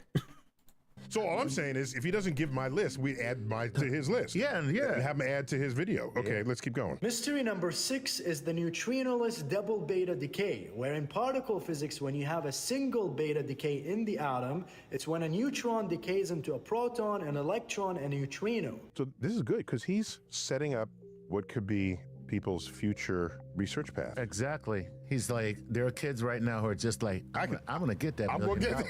get I'm gonna get that $1 million. It's still a good list. I like it. So of course, people comment on all the videos. Right. So we got a few here on what we just saw. Yeah. This is good. I like this one. Dark matter is matter, but darker. Can't beat that. Typical TikTok comment right there. Typical TikTok comment. That's just true. That is an explanation. That's just true. I could solve all 6 if I think really hard. And here it says here, bro, you got to speak faster. That's so funny. And then he responded, I can speak faster than Arabic. Hey, he's like, hey, man, that's not my native tongue, all right? Give me a break. Speed it up. What this tells me is that there are people out there who are natural teachers. They have some knowledge and they don't want to keep it to themselves. The extent to... And the funny thing about that whole comment about speak faster, I've been told in comments that I need to speak slower. I've been told I speak too fast, especially when I get comfortable, I start really going. So I guess, what is the normal speaking speed? What is the speed that everybody is like, that's the right speed for speaking? I don't know what it is. Which I don't know. Science lands on social media platforms broadly is a game changer that does 2 things. It democratizes science, and it's not good enough to democratize it. You also have to be interested in it. And from the likes of the posts we've seen, people are getting into it. I'm delighted to see how rich that landscape is of creativity, of people out there who are spending their time, energy, effort just to teach the rest of us science. And they already cherry-picked the cool stuff, right? You're only going to see cool stuff. Right. And if that's enough to stimulate your curiosity, and then get a textbook or take a class or watch a documentary, more power to it. But I'm all into fanning the flames or turning the embers that might have been lurking within you from long ago into a raging fire of curiosity. Science fire. Sounds like an insurance hazard, but I'm all I'm just looking forward to a less stupid world. Yes. Yes, 100%. So Chuck, I think we're done here. It's a new beginning. Done and a new beginning at the same time. Yes, that's what a commencement is. An academic commencement is the end of your school, but it's the beginning of the rest of your life. Sounds commencement. Very scary. Very scary. It'll be fine. Yeah. It'll be fine. All right, everyone, I need you to take your tassel from this side, put it over here, and now out into the world you go. 4-star talk. Neil deGrasse Tyson, your personal astrophysicist, as always, bidding you to keep looking up or keep scrolling up. Hey.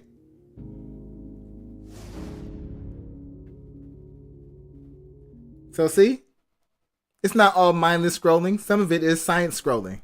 Love it. Oh man, that was a great video. So much good stuff.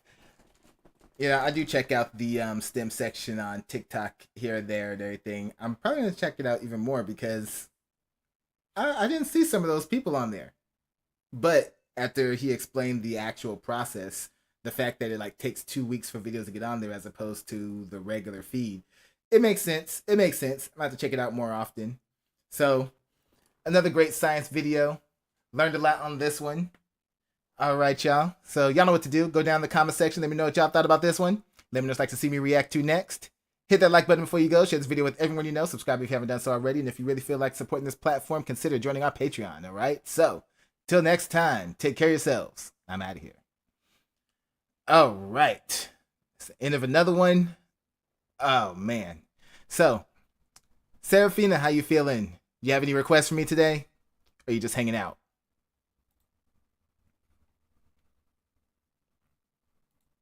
I haven't had any other active chatters yet, but that's all good. That's all good. We're really just getting in the swing of this stream, so I'm not expecting people to get used to it until I'm a few weeks in anyway.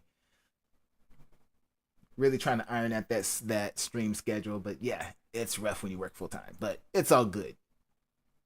So, let me see here.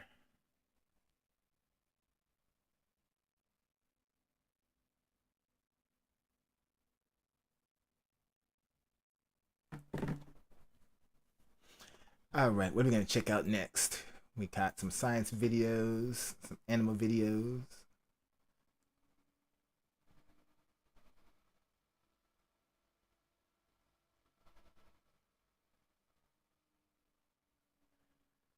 All right, do you want to do something like a we got our choices here. Want to do another educational video, like a science video, animal video?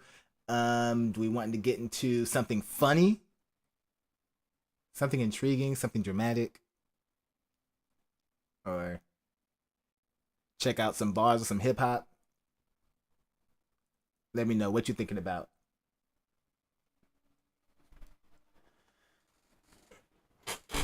Oh shoot! Readjust myself.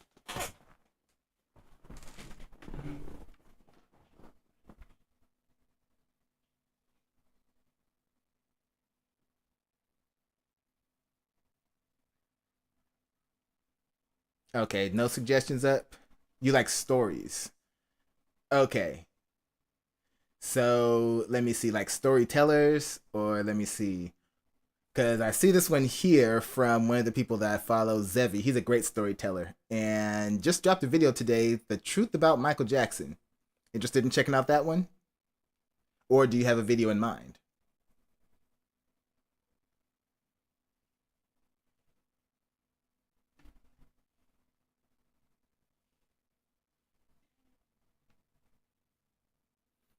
I'll give you a second to answer. Time to drink some water anyway.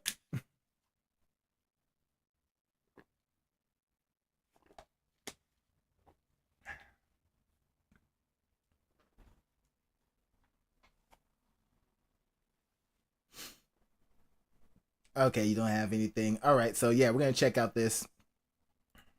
Before social media was... Pause.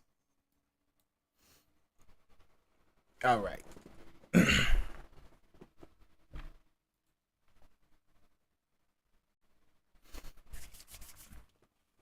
All right, here we go.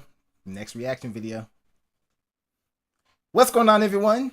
Welcome back to the spot where we kick back in, react to all kinds of different things. All right, so what we got going on today? Wait, hold up. What?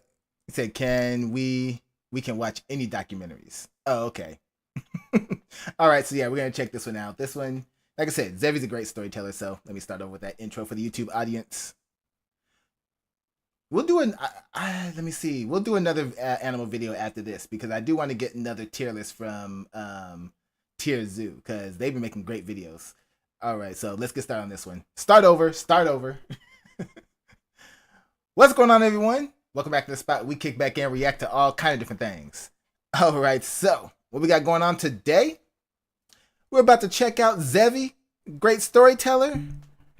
This man, I've been following him for a while. He has a lot of great stories. And this one, intriguing, The Truth About Michael Jackson. He always goes deep on some of these. And even the stories that I do know about, I'll still check him out anyway because he's just good at telling them. So let's check this out. The Truth About Michael Jackson. We know they lied. He didn't touch those kids. He just let them in his house, which wasn't smart. But let's get the breakdown. Let's go.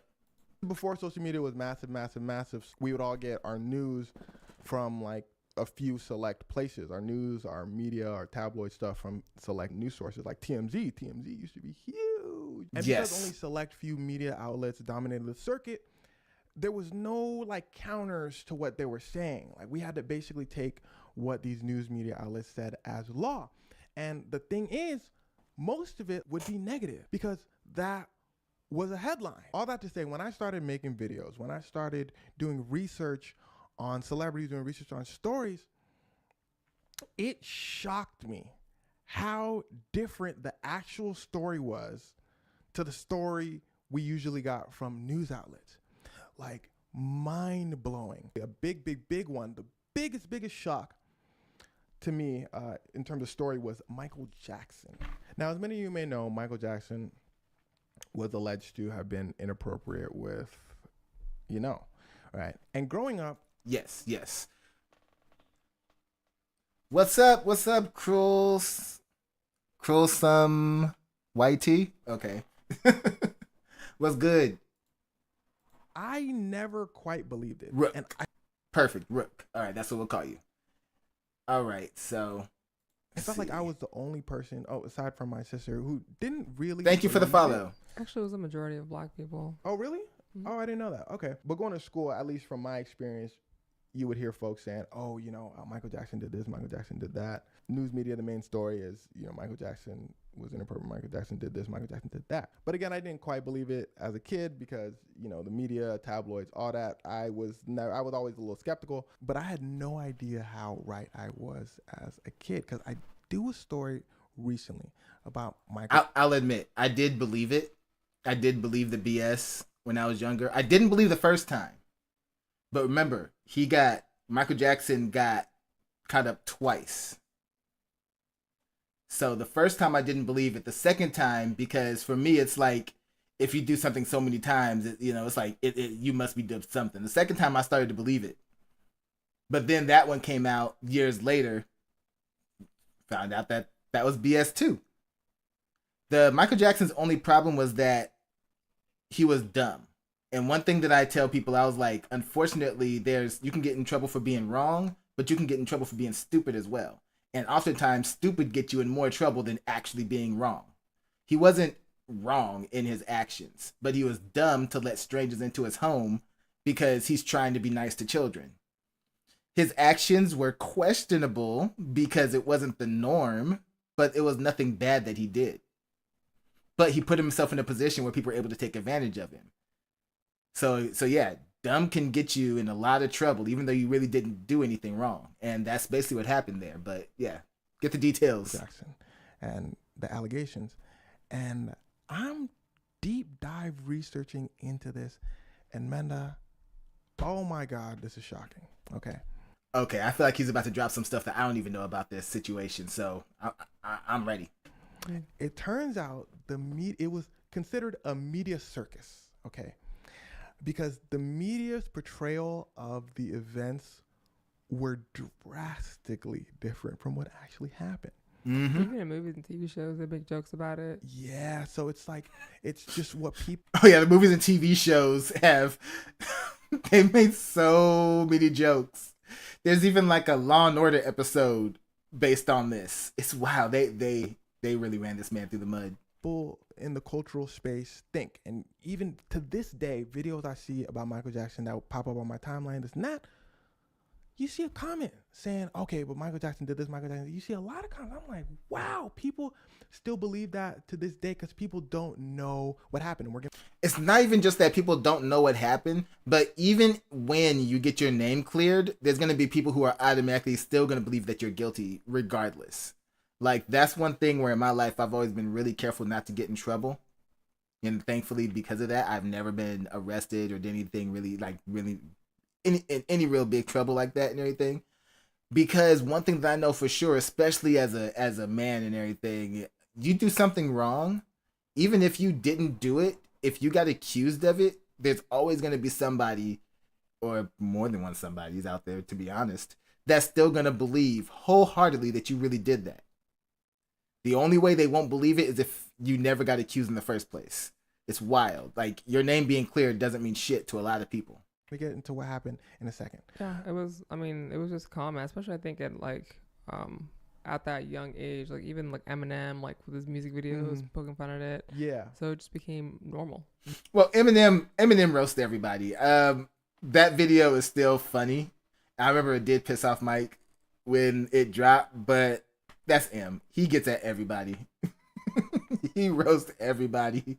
Yeah, so it's just a normal thought like people had. Whether people believed it, whether people didn't believe it, it was just a thing that was in the space. Michael Jackson did this, okay?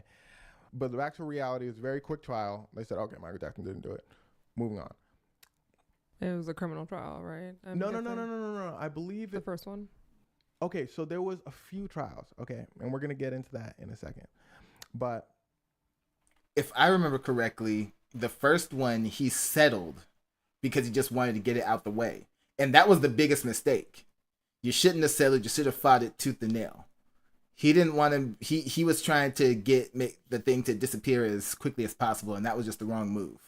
He settled, and then I feel like that's what inflated the second case that happened, and other cases apparently that he's about to talk about here. Because once you settle, that $40 million Man, that's to any other scammer, that looks like a payday waiting to happen. You never settle when people try to scam you. Never. If you know you're innocent, you fight tooth and nail for your innocence. First trial that happened was from a family called the Chandler family, okay? Now, to keep things brief, 3 members of the family: dad, mom, son, okay? Michael Jackson is going to rent a car. He happens to meet this Chandler family. He strikes up a bond with the son. The dad says, yo, Michael Jackson talking to my son, all that, that's a little weird. Okay, fine. Sure. If he thinks that's weird, absolutely fair. Okay. Now, out of nowhere, Dad Chandler says, Michael Jackson is being inappropriate towards my son. I'm suing Michael Jackson. Michael Jackson says, okay, bring it on. I didn't do anything at all. Now, the son then comes out and says, my dad is right. My dad is correct. Michael Jackson was wilding. Now, for this trial specifically, I'm not going to get too into it because I want to get to the second trial. But for this, basically, he coached his son to lie. And you see that happen so many times with parents who do that. Parents who are looking to scam train their kids to be scammers like them. It happens so much. This trial specifically, there was no evidence of Michael Jackson doing any wrongdoing. The FBI looks into it and they didn't find anything. And as you're going to see when we start getting into the second trial, the Chandler family, the family involved in this, really seemed regretful of bringing up this trial towards Michael Jackson. Now, Michael Jackson pays the Chandler family $23 million. Jesus Christ. $23 million, right? Ooh, yeah. If that's what came before the 40 million thing, whoo, yeah. He put a target on his own back. Again, you didn't do anything wrong, but you did something real dumb. And he did this because he had a tour coming up. And his team comes up to him and says, look, Michael, you're rich. Pay the settlement. Do not get into this whole long legal battle. It's the longer it goes, the worse you're looking. You're going to lose more money in the long run. In fact, they had to cancel his tour. And that's hundreds of millions, you know. So they're like, you might as well just pay the family. We make money by doing another tour. Michael says, all right, fine. He says he regrets big mistake this decision to yes fight the case. And I'm sure he did. I'm sure he did because of the aftermath. Again, if you have the money, because I understand people who aren't rich, you know, you don't have the money, you're in a bad spot. But in Michael Jackson's case, he had the money. You have the money, you fight tooth and nail. You know, and you know you're going to have people be like, oh, well, he uses his lawyers. But you have to understand, there's people who's going to hate you either way when this kind of stuff happens. There's certain people that you can't win with. So screw them. Do what you need to do. I would have never, I would have fought. Because moving on to the second trial. The second trial was brought up by the RYUDO'S family. Now, this trial was the popular one. This is the trial that was all over the news outlets, going wild, going crazy, right? And it started because the RYUDO'S family, we're going to call it Mom and Son RYUDO'S to keep it simple, okay? Mom RYUDO'S says, hey, my son has cancer. And what he really wants to do is meet Michael Jackson. Michael Jackson is all about the kids. So Michael Jackson says, yeah, absolutely. I would love to meet your son. Chris Tucker goes over to Michael Jackson before Michael Jackson meets the RYUDO'S family. Chris Tucker says, yo, this family, really shifty, really shady. They said they wanted to meet me before. I didn't like how they were moving. So Michael Jackson says, okay, gotcha. Chris Tucker, fun fact, Michael Jackson were very, very close friends. So Michael Jackson, very suspicious of the family, but they pull up and they seem really nice, really chill. They hang out with Michael. Everybody has a super good time. Enter this dude named Martin. He's a film creator. He says, Michael, I want to make a little documentary about you hanging out at your crib, like what it's like and all that. Michael says, for sure, come through. Martin goes over and he starts asking Michael about kids. He says, you know, Michael, you really love kids, all that. Michael says, yeah, I love kids. Like, they sleep in my room. Like, they be chilling and having a great time. Martin says, they sleep in your room? Michael says, yeah. They come through, sleep in my room. Like, no big deal. That's where the documentary cuts off. Michael then says right after that, but it's no big deal. Like, I be sleeping on the floor. I have adults there. Like, it's. And I think people need to understand the context when you're somebody who's as rich as Michael Jackson. You understand how many people can fit in Michael Jackson's bedroom? Like, when you hear they sleep in my room, you think of your bedroom. That's what most commonly comes to mind, right? And so you're thinking, oh, they're all asleep on the same bed because it's one bedroom. You have to remember how rich the rich are and what they have. You know what I'm saying? Michael's bedroom was massive. Michael's bedroom was like an apartment all unto itself. So he could have had a whole party in that bedroom by itself, you know? But again, like I go back to, he didn't do nothing wrong, but he did do something really stupid. And then ranting about kids, and it didn't click in his brain, like talking about kids sleep in my room, what people would really think about that. And it's understandable because for him, you know, bedrooms were this big for him since he blew up as a kid. So to him, I know he wasn't thinking about the size of the average person's bedroom and how people would actually like visualize that statement. You know what I'm saying? So yeah, another situation of, yeah, you was really saying the wrong stuff. You was really making yourself look really bad. Nothing like too crazy. Martin cuts that part out of the documentary. He releases the documentary, Michael saying, yeah, I sleep with the kids. Like, I be sleeping and they be sharing rooms with me. It's a great... and I sleep with the kids is terrible. It's terrible to say that. You don't want to say that in an interview. You don't want to say that out in public, period. That's not a sentence you blurt out because everybody's going to run with that in the most negative way possible. Right? So everyone around the world start going, yo, what's up with Michael? He had an allegation. In the 90s, he paid $23 million to those folks. Now he's still sleeping in the same room with kids. What's going on with Michael? So people start getting a little sus of Michael Jackson. So Michael Jackson does the interview saying, yo, no. He took that out of context. The video creator took that out of context. Like, I be sleeping in the same room with them, but like, you know, we just be hanging out. Like, they be in the bed. Like, I be sleeping on the floor. All good. People said, nah, Michael, you weird. Okay. But the interesting thing is, before the Arvizo family decided to attack, they were in the documentary. And they were singing Michael's praises. They said, yo, Michael's a great dude. He's actually really, really nice. They smelled opportunity and decided to go for it. So it seemed like, let's go back a little bit. It seemed like the Arvizo family wanted to hang out with Michael for shady reasons. See if they can get cash from him, saying the kid had cancer, all that. They hang out with Michael. See that he's actually a pretty chill dude. They just go home. The documentary comes out, and our Arvizo family jumps in to defend him. They say, no. Michael Jackson, really chill dude, really chill guy. The police go over to the Arvizo family. They say, are you sure he's really chill? Because people are really sussing Michael. We're looking into it and all that. Arvizo's family said, we was there at his crib. He was really chill. Y'all better leave him alone. The police said, the last family who sued him got $23 million. Arvizo family said, okay, so Michael Jackson did this, yep. And the third. Oh, get a job. Lock him up. Lock him up. For real. It is so quick. They flip on you so quick. As soon as they see a possible payday, they flip on you so quick. Man, it's sad. That's why it's like, even for, because you think about how big Michael Jackson is, but people will do this with small people too. If you're a big YouTuber, because being a big YouTuber is nowhere near, not even a blip on Michael Jackson's status, you know? But even just being a big YouTuber, you got to be careful because people will try to get at you. People will try to do stuff to you. People will try to fuck you over and ruin your life just so they can get that big payday out of you. Sometimes you ain't even got a big payday to give. If they perceive that there's a big payday there, they'll still do it. It's crazy. You got to be careful.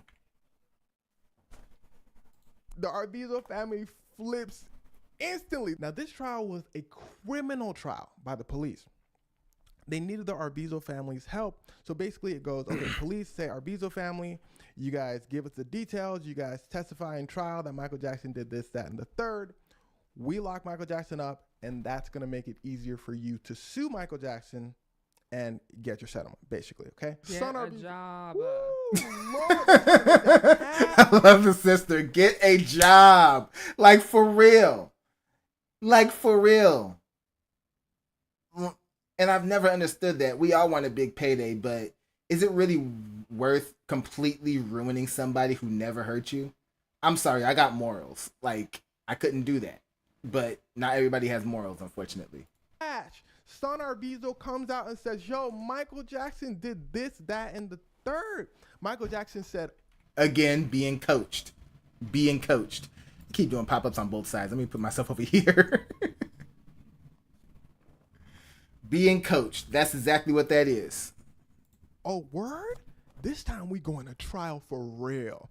Michael Jackson said he completely regrets paying the settlement. For the first trial, he said never again. Second trial, yeah, you're going to have to prove that. But the police were on his ass. The police were on Michael Jackson's ass because how the media was portraying it so far. Okay, Michael Jackson, he had these first allegations. Now these second allegations coming out. The police are like, okay, we need a conviction. The public wants a conviction. We need a conviction.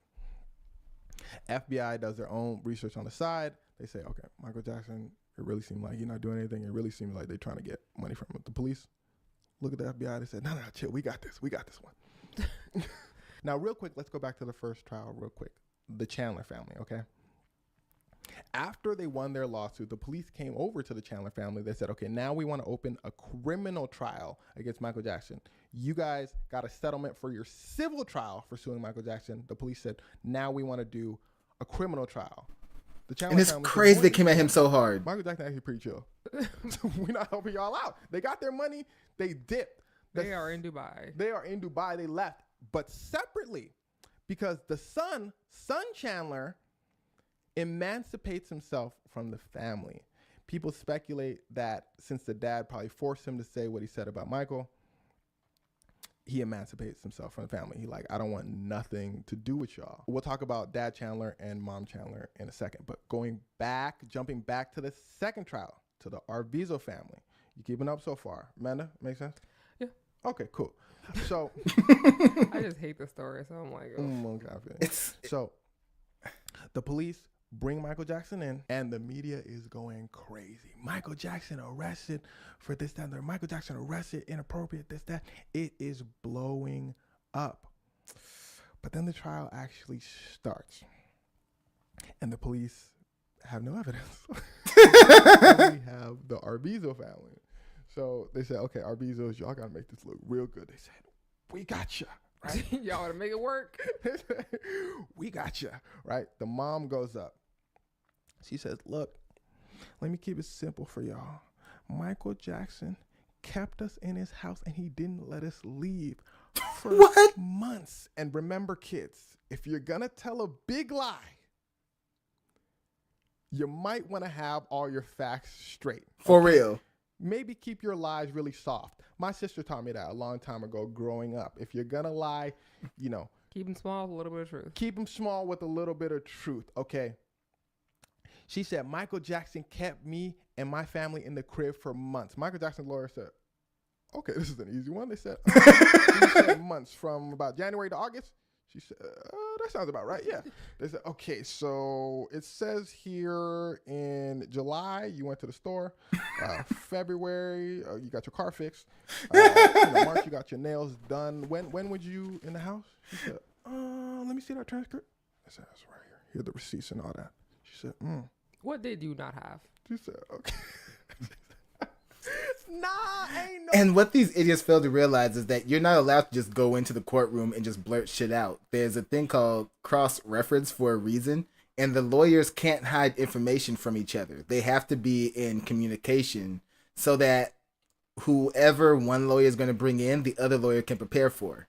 So they was all prepared to, like, you told that line. It was like, okay, well, you was here. So, oh man, yeah, don't try to lie in court. I was shocked reading this. I had to triple check this. I said, ain't no way. They caught her in a straight up lie. No recourse, nothing to say. She just said, oh, well, damn. Y'all got me on that one, right? And I said, okay, hold on. Let me just keep going through. They must have some sort of details here. There must be some leg of truth, because I'm thinking how the media is covering this. This must be debatable. This conversation must be debatable. Like, they go over to the son Arvizo. They said, Michael Jackson did all those things. He said, yes, Michael Jackson did. I was at his crib When my mom said I was at the crib, they said, son, we're asking you. He said, he was basically looking at his mom. Did he? Is that in like the actual transcript of the court case? Did he really say that? Oh man, I mean, he be like Zebby be joking sometimes and putting extras on it just for the laughs of the moving the story along. But I'm like, people are dumb, There's people who are so stupid in this world. So, like, I feel like there's a chance he really said it like that. For answers, all that. His story was very, very, very inconsistent throughout the trial. He kept screwing up what sounded like a story that was given to him. Mm-hmm. So we'll put that to the side again for now. Let's go back again. I know the mom was irritated. No, she was pissed. I bet she was pissed. She messed up her own story. She couldn't even do, like, don't get mad at yourself for messing up the story. You couldn't even get your job done. Let's go back again to the first family, the Chandler family, because they wanted to bring them in for this second trial. The son said, I'm not testifying against Michael Jackson. They said, we need you to do it by force. He fled the country. He said, I'm gone. Y'all not going to make me testify, right? The dad said, no, I got my cash. I'm good. The mom pulls up. They thought they had a star witness. The prosecution said, okay, cool. They got the money for Michael. She about to snitch him out. The prosecution brings her up. They sit her down. They said, Michael Jackson did all them things to your son, the Chandler son, right? She said, no. Oh, what? Shocked the courtroom. She said, no, I don't think he did. She decided to be a good person? She decided to stand by her morals and tell the truth? I'm shocked. Round of applause for the lady. I don't think he did. I think he was just chilling. I don't think he did all that. Can I go? The prosecution said, oh, yes. Sure. She leaves. Celebrities pull up. Chris Tucker says that story I said in the beginning. He said, yeah, I went to Michael Jackson. I told him, do not mess with the RYUDO'S family. They seemed like they was trying to extort me for cash. Jay Leno pulls up. He says, yeah, they were saying the same thing to me as well. George Lopez pulls up. He's a comedian. They're over here just scouting different celebrities to try to scam. See, man, that's what I'm telling you. It's wild out there. The more successful you are, man, you got to be careful. Snakes are everywhere. He says, boy, how long has that kid had cancer? Dang. He said they done said they had cancer. Can I get some money over and over and over again? The RYUDO'S family, their friends pull up, snitch them out. Matter of fact, it's her coworkers, the Mama RB. And when I think about stuff like this, it frustrates me because I know that there are celebrities out there. Not everybody, of course, but I know that there's people out there that really genuinely want to be good and do stuff for people. And because those people exist, you have these shitheads who try to take advantage of them. And that's why people who do charity work and everything is always in some kind of really contained environment. They're not just out there willy-nilly helping people. They're always doing it through programs and through groups and stuff like that. Because, yeah, you got to make sure everything is on the up and up because these people are scammers. They're terrible. Those coworkers, they pull up. They said, yeah, she just snitched herself out. We was in the water cooler chilling. She said, yeah, man, I be telling all these celebrities my son got cancer. And he does have cancer.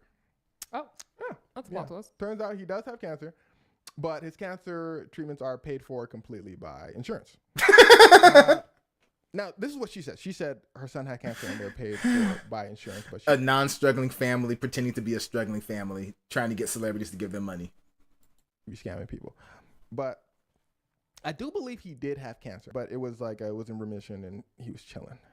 Now, regardless, celebrities didn't know it was in remission, didn't know it was paid for, so it's pretty much a scam. Now, all this to say, it's pretty cut and dry that the family seems to be extorting Michael Jackson, right? Well, that's the same thing the jury thought. They walked in, they walked out. They said, not guilty. Media says, facts. The media says the exact opposite. The media still trashes him. The media, is still trashing him to this very day. That's what's so sad. It's like anytime they're talking about Michael Jackson in the media, they're still being very negative. They're still throwing stuff out there. And he's not even with us anymore. It's terrible. They said not to guilty? Well, guilty in the word not guilty. So what if we just, they spun it. They said, yo, Michael Jackson, we're not going to say he guilty, not guilty, but we just going to say that trial was pretty crazy, huh? You know, Michael Jackson, y'all might want to still watch out for him. They did not cover the facts at all. They did not say what happened during the trial because that would have, you know, made it look like Michael Jackson's innocent and the story's gone. That didn't sell papers. That don't sell papers. Yeah, the story's gone. They needed to milk this for as much. Drama sells papers, and they wanted the bag. Shock Michael Jackson. He seemed like a dude who actually just wanted to see the good in the world. That's what I think personally. Doing all this research, like for the story, I thought like anybody, all I needed to hear personally was somebody sit in front of a camera and say, yeah, I sleep in the same room as kids. I just needed to hear that. Because I feel like somebody who can openly say that, like to a documentary, to a camera, and is okay with the world hearing that, thinks that the world will understand what he understands, right? Macaulay Culkin said it himself. Macaulay Culkin and Michael Jackson were close. Macaulay Culkin himself, during an interview, it was with, oh, what's his name? What's that dude who be having that raspy voice? And he like, oh, he older. He looked old for years. He looked old for decades. He had glasses. Oh, Larry King. Larry King. It's so true. Larry King been old since forever. He was born old. I've never seen a young photo of Larry King. Hater. I don't know. All right, let's just move on before we get sidetracked. Larry King is interviewing Macaulay Culkin. He says, you know, you and Michael was close ever since you was a kid. Macaulay, you know, was Michael ever inappropriate? Macaulay says, boy, if you don't, I hate that question. Larry King said, chill, little bro, chill. Macaulay Culkin says he gets asked that question so often. He says, look, Michael Jackson was super chill, really cool dude, just gave him advice. They hung out. He said Michael Jackson was basically a child at heart. Like, he was very innocent. And he said, too innocent for the world, it seems.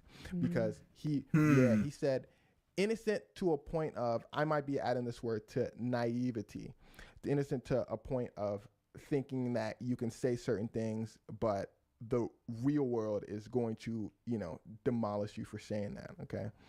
And I can see that. So yeah, anybody again who goes over to a documentary and says that openly, I feel like is just like a dude who really thinks the world is going to take him at face value.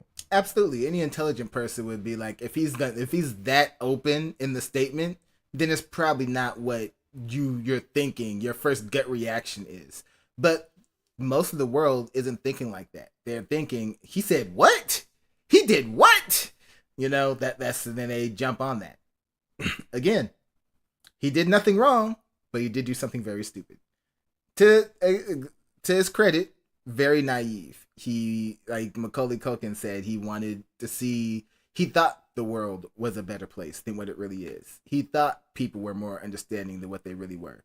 Because Michael Jackson in his career lived mostly in a bubble, unfortunately, for him. So, yeah, when reality hit him, it hit him in the worst way. People being deceptive, people being liars. It's a sad story, really. Yeah, you can hear it in his music too. He can be very innocent.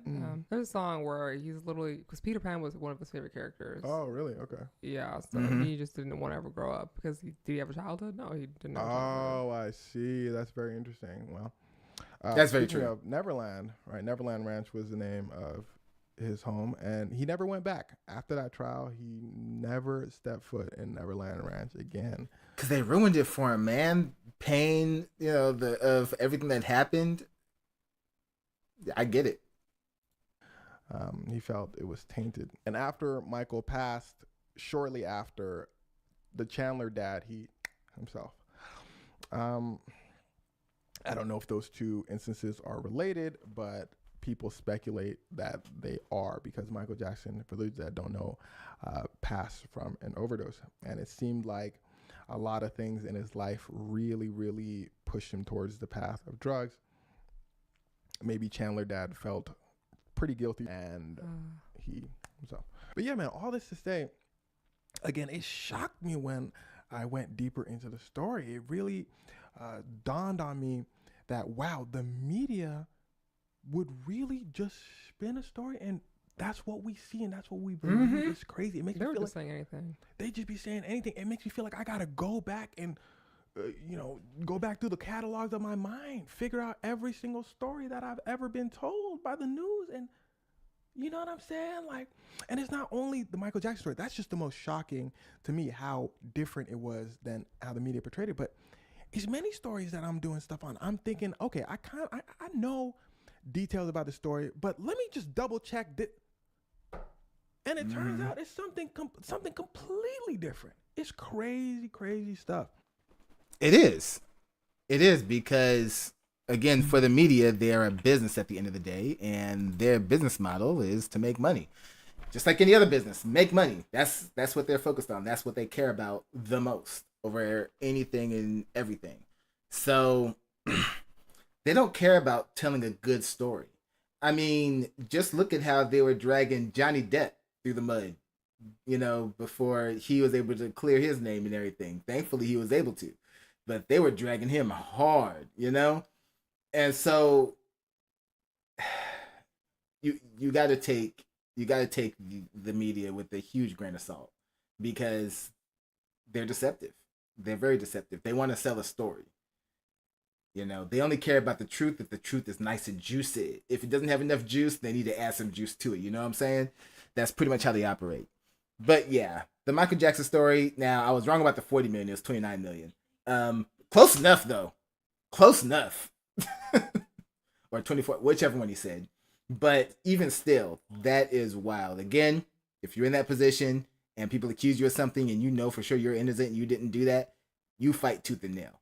You fight tooth and nail, because, man, settling, that makes people believe you really did it. That's how people perceive settling. They perceive it as, oh, you did it, but instead you're just going to give them this money so that they go away. That's how people perceive a settlement. Never settle. Never settle. But all right, y'all. Y'all know what to do. Go down in the comment section. Let me know what y'all thought about this one. Let me know what you'd like to see me react to next. Hit that like button before you go. Share this video with everyone you know. Subscribe if you haven't done so already. And if you really feel like supporting this platform, consider joining our Patreon. All right? So, till next time, take care of yourselves. And I'm out of here. But yeah. Great storyteller. Zevi is always on it. I've been watching his channel since, let me see, like middle of last year or late last year, something like that. But yeah. Even the stories that I already knew, like the details to, where when he told it, I was like, yeah, I knew all of that. He was still a great storyteller. I still enjoyed his videos and the way he approached it. So, great guy. So, we are, from what it looks to be, we are 2 hours in. I forgot I started a little bit late because my chat is messing up. If you guys wonder why my chat's not on screen, for some reason it's acting up. I can still see my chat, but it's just not appearing on screen correctly. I'm going to have to fix that. Hopefully have it ready by tomorrow's stream. But, I still see it. I'm still here to talk and hang out. So what's next, y'all? What y'all want to see next? Oh, yeah. So I was going to do Tier Zoo next.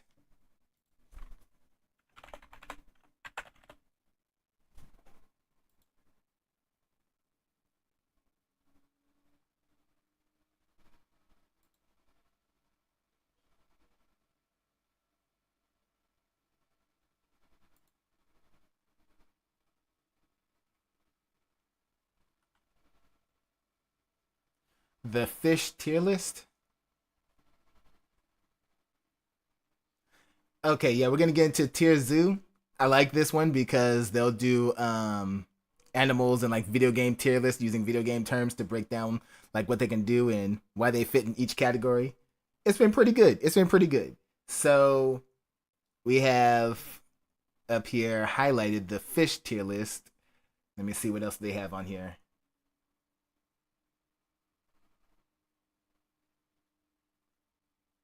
Oh, is this character OP? Okay, that's nice. I'll check that one out sometime. The insect tier list.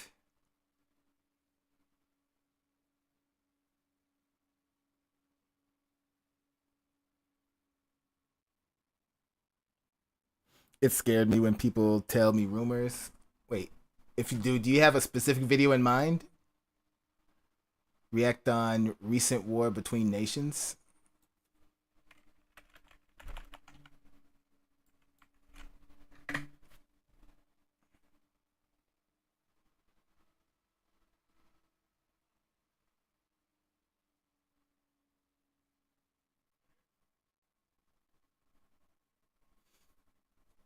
Okay, NBC News. Remember the news we always. Yeah, let me see. Top story on here. Calls grow louder for Arab nations to bring Israel's war in Gaza to an end. Interesting. Okay.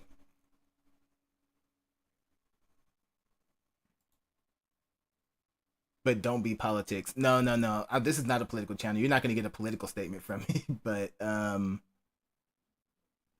let's check this out. Let's check this out.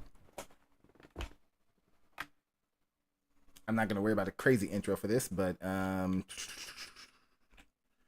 let's get into this.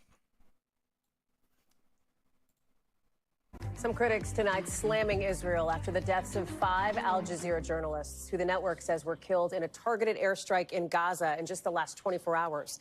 The IDF says one of the people killed was a Hamas leader posing as a journalist. It's all happening as even a group of more than 600 retired members of the Israeli military are now calling for an immediate end to the war in Gaza.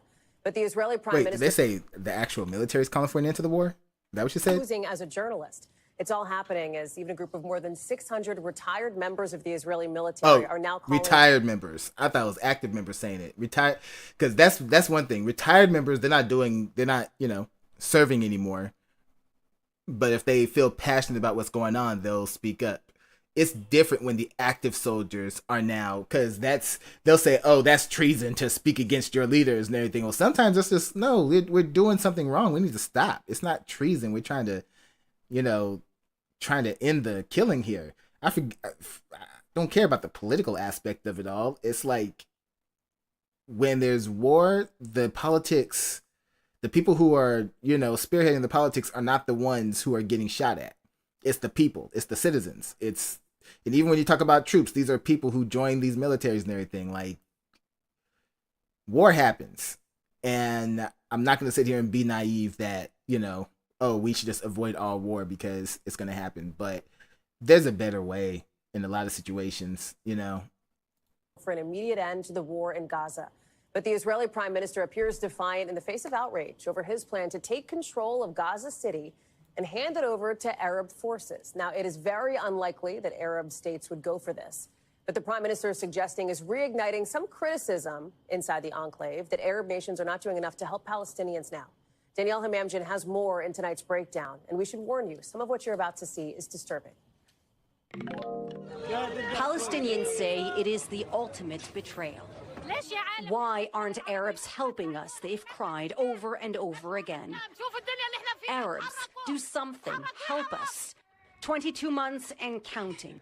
Palestinians are helpless as their emaciated children grow weaker and as the number of dead by starvation grows higher.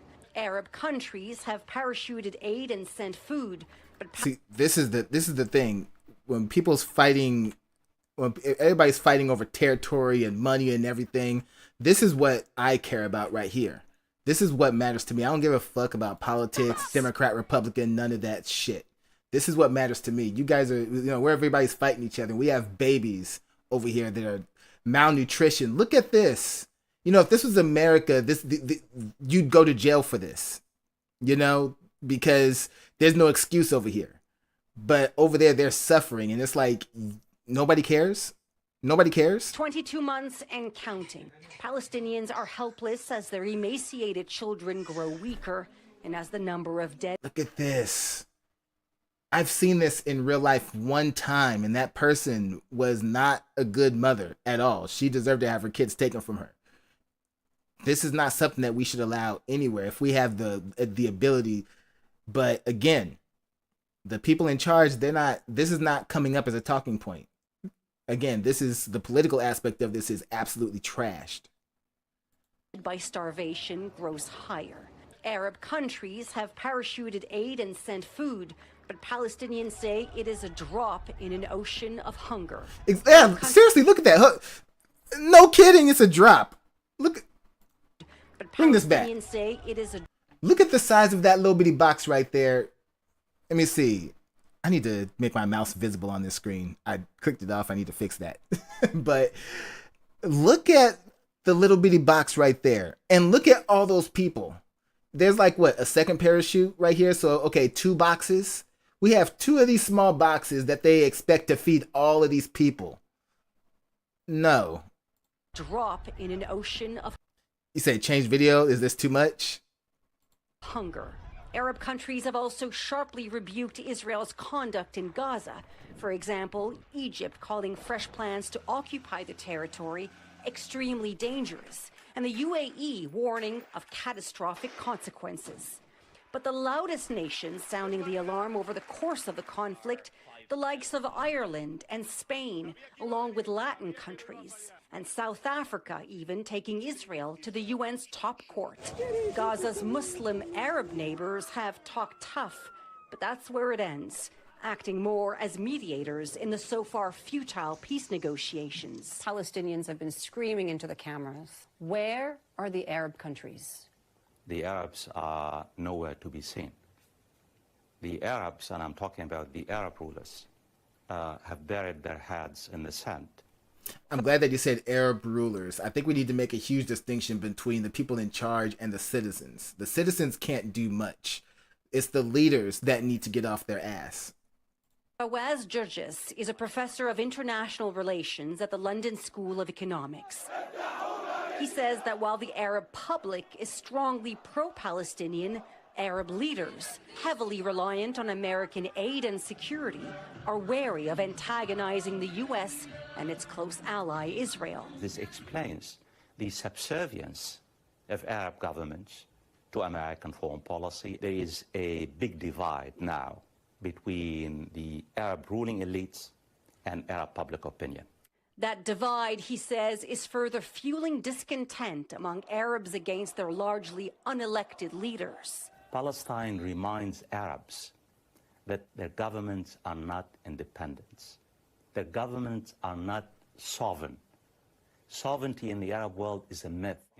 Some Arab governments are clearly worried, even though the majority of Jordanians are of Palestinian descent, including the Queen. The state has cracked down on pro-Palestinian protests and arrested activists, rights groups say. The government citing security concerns. Egypt has also carried out arrests and violently dispersed protests, according to rights groups, the government there citing anti-terror laws. And Gulf states have largely maintained diplomatic and trade ties with Israel, even while other countries discuss sanctions. Not a single Arab state that has relations with Israel has cut relations with Israel, although other states in other parts of the world have. The United Arab Emirates and Bahrain are among the Arab countries that signed accords recognizing Israel in 2020, joining Egypt and Jordan. Saudi Arabia was on track to do the same before Hamas attacked southern Israel on October 7, 2023, triggering a devastating counteroffensive. Hamas is allied with Iran, a sworn enemy of Israel and a rival of some Gulf countries. U.S. forces in the region help protect those nations and Israel. Those regimes in the Arab world that depend on the U.S. for their security, they don't depend on their legitimacy vis-a-vis their own people. Ryan Crocker, former U.S. ambassador to several Arab states. And that's crazy. They're depending on U.S. military protection because they don't trust their own people. If the divide is that bad, you got a lot of work to do to fix it. You do. You got a lot of work to do to fix it. And I don't know if that's your focus. Because with some leaders, they either want to try to fix the problem or contain the problem. And there's a difference between the two. The contain is not really fixing. It's just trying to sweep it under the rug so they ain't got to deal with it. They want to get people to shut up, basically. But does anybody have a real plan to try to fix this mess over there?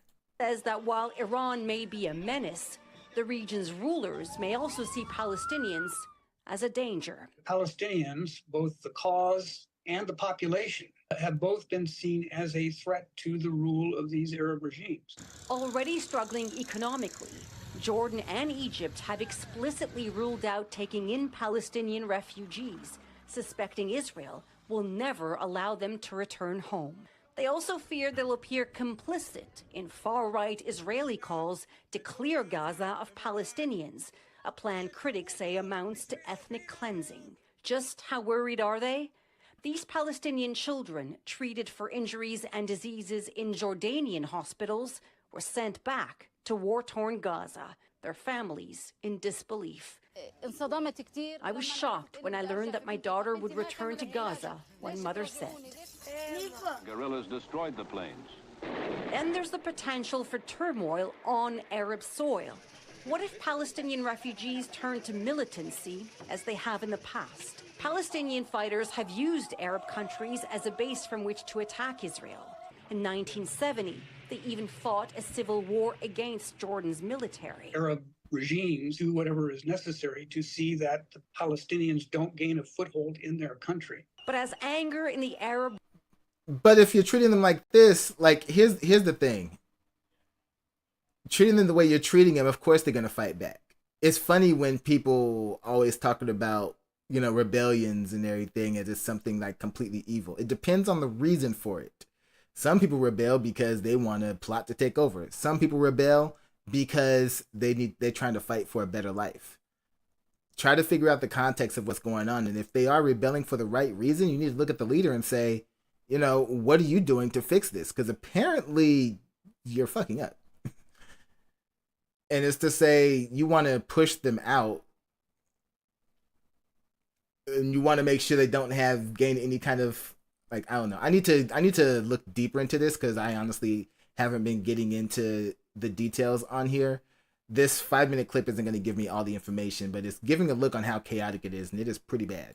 World mounts. Isn't that angering the population even more, silencing them? Absolutely. Suppression might not always ensure security. The tragedy of Gaza, the destruction of Gaza, could really serve as a time bomb that implodes the Arab political order from within. A tragedy that, for now, Gazans are facing alone. Danielle Hamamjian, NBC News. We thank you for watching, and remember, stay updated on breaking news and top stories. And like I said, all news outlets are subject to inflate, in my opinion, so I definitely want to look in deeper. I'm gonna have to, in order to get some actual information on this and everything. But yeah, it is crazy over there. You know, we all want to have, well, those of us with a brain, we all want to have peace and everything, but reality is things are really complicated. And I don't know. I really don't know I definitely don't have a solution, so I'm not one of those people who just be like, just solve it already, because I know how difficult these things can be. But yeah, I can definitely say that it's not being handled well. It's not. But anyway, that's going to be it for that one. So y'all know what to do. Go down in the comment section, comment, like, subscribe, and I'll see y'all on the next one. Yeah, I couldn't really do a hype outro on that one. That one was a little pretty heavy and everything. Let me see here. Are there any others that we want to get into? We are a little bit over 2 hours on here. Let me check. See here.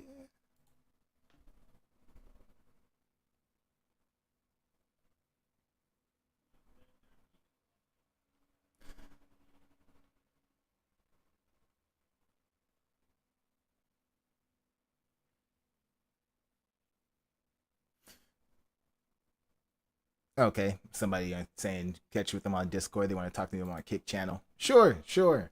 I'll hit you up sometime. Let me see here. Yeah, we're gonna get back over to Tier Zoo. That's it's time to do something fun. We don't want the mood to stay like this, because yeah, the climate of the world is pretty terrible right now.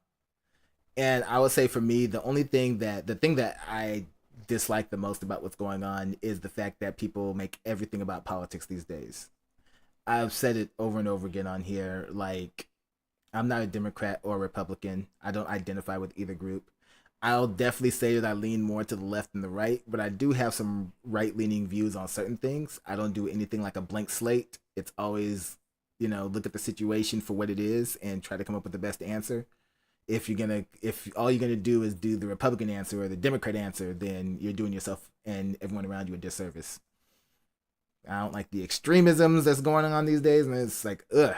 That's why this channel is no politics. I'll give my opinion on certain situations, but you won't see me leaning towards, oh, the Democrats or Republicans. Because you know those sight words that people often use? Where it's like they see anything that they don't like and they automatically like call out whichever political group that they don't like and blame them for it. It could be anything. And it's like if you're a Democrat, it's like, oh, them damn Republicans. You're a Republican, all those damn Democrats. It's like, do you guys, is that all you know? You guys realize that that's gang mentality, right? That's pack mentality that you're expressing. You're not expressing independence. You're expressing gang mentality when you literally do that. So, yeah, I don't like it. But in any case, let's switch gears. And yeah, we're going to get into this fish tier list.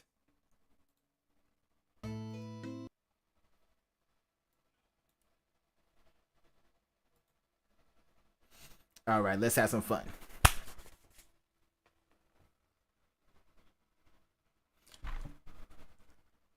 What's going on, everyone? Welcome back to the spot. We kick back in, react to all kind of different things. All right, so what we got going on today? It's time to check out another tier list from Tier Zoo. This one is the fish tier list. All right, so he normally only does like maybe like 6 or 7 species on here. So let's see who he has for this list. Let's get into it. Let's go.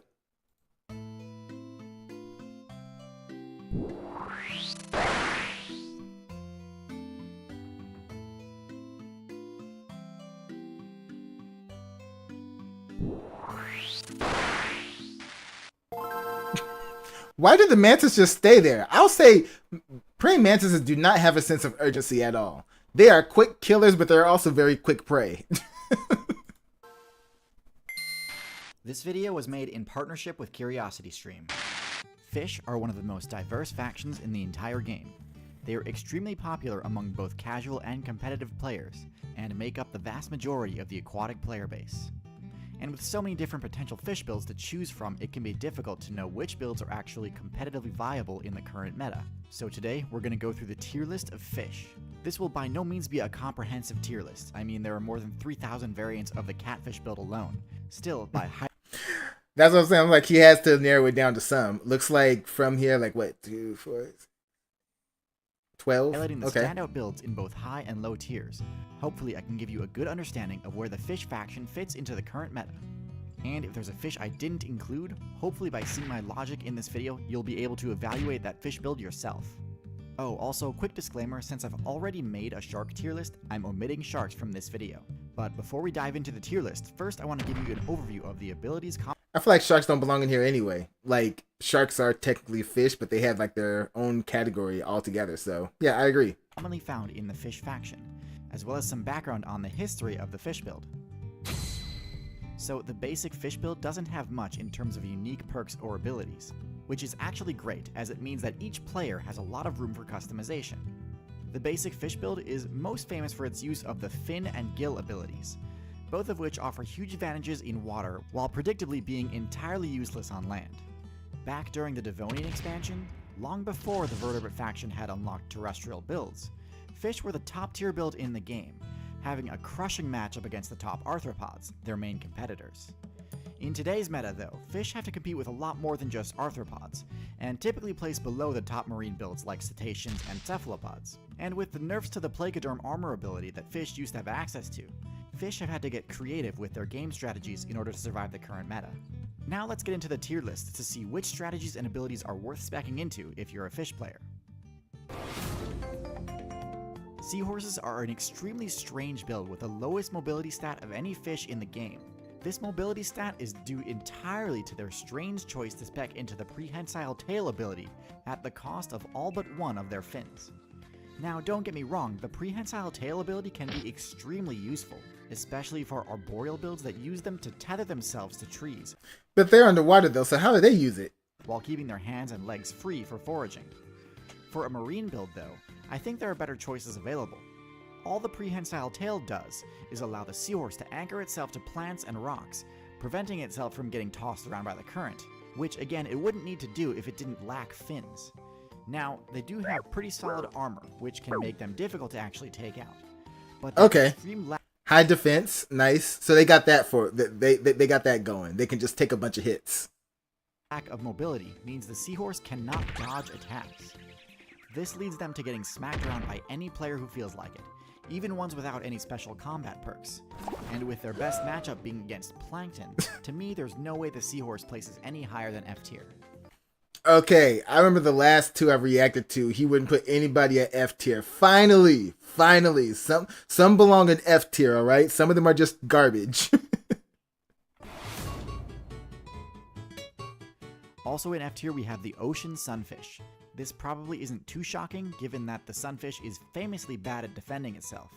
But for those unaware, the ocean sunfish has the highest HP stat of any fish in the game and relies on its giant size for protection.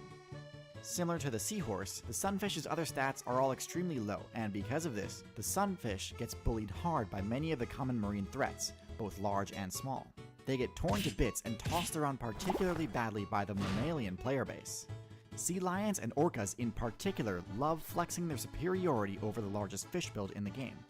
But the sunfish has another huge weakness, parasites. See, the sunfish has soft, mucus-coated skin instead of the scales traditionally used by fish players.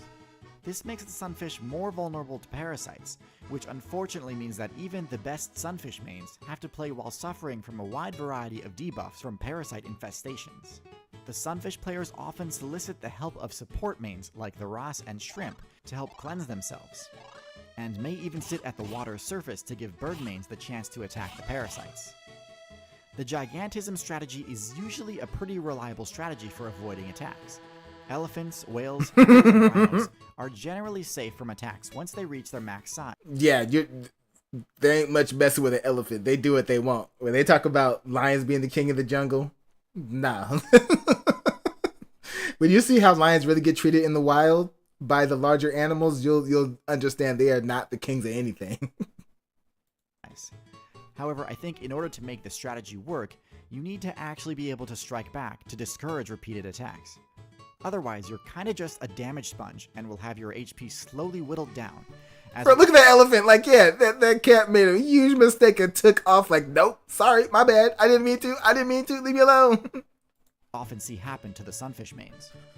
So because of all these vulnerabilities and over-reliance on support players for help, I have to place the ocean sunfish in F tier. He's basically the Blissey of the fish, in Pokemon terms. The flying fish is a build with an extremely unique Because I remember, what was it? When I used to play competitive Pokemon, I would always have Blissey just tanking damage for me because she just had so much HP compared to everyone else. Style centered around maximizing mobility. By putting a huge amount of evolution points into their fin trait and mobility stat, they've actually gained the ability to glide through the air for surprisingly long distances. This is useful as an escape option when being attacked by a larger fish player. However, Are those the flying fish that inspired the flying fish in the Mario games? I wonder. Because I always thought where they got the idea of the flying fish and everything, was this it? With an extremely unique playstyle centered around maximizing mobility. By putting a huge amount of evolution points into their fin trait and mobility stat, they've actually gained the ability to glide through the air for surprisingly long distances. This is useful as an escape option when being attacked by a larger fish player. However, as unique a move as this is, I actually think this is a pretty poor strategy overall. Being airborne might put you out of range of an attack from another fish, but it's by no means a safe position, and in many cases is actually seriously disadvantageous. Without any way to dodge attacks midair, flying fish are extremely vulnerable to bird attacks. Gotcha. Has the benefit of escaping an aquatic pursuer. And in addition, with no way to change direction midair, it's actually not that difficult for said fish player to just intercept the flying fish's landing. So overall, not that useful of an ability, tacked onto an otherwise unremarkable build. Also in D tier we have the salmon family, which includes fish builds like the trout and the char. This build actually has some pretty impressive stats, with high mobility being pretty much required in order to withstand the constant rushing flow of the rivers that they use as their respawn points. Similar to the flying fish, this playstyle is also highly vulnerable to disruption from non-aquatic players. As impressive as it is that salmon and trout mains are able to make these insane jumps, the sad truth is that the thing that they're most well known for is being an easy source of XP for carnivore players.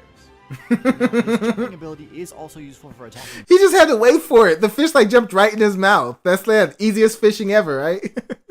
Flying builds midair, but the salmon's power stat isn't quite enough to be able to take down anything that isn't far below their weight class. At the bottom of C tier, we have the catfish, one of the tankier builds on this list with a bulky yet versatile stat spread. A lot of players undervalue the catfish and see it as low tier trash due to it being a bottom feeder, not realizing that they've actually got a few decent unique abilities, most important of which is their venom. Rather than speccing their fin appendages to do things like flying or flexing, the catfish build specced into fins that have barbs on them, which can deliver a venomous sting. While their venom usually isn't able to deal lethal damage, it's still a decent defensive ability. It does have its weaknesses. Wait, what? Isn't able to deal lethal. Sorry, a bit too graphic for me to show here, but seriously, go watch the guy's video. Catfish are not something to mess with. Oh, okay.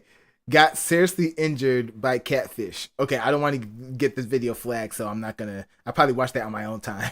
Damage. It's still a decent defensive ability.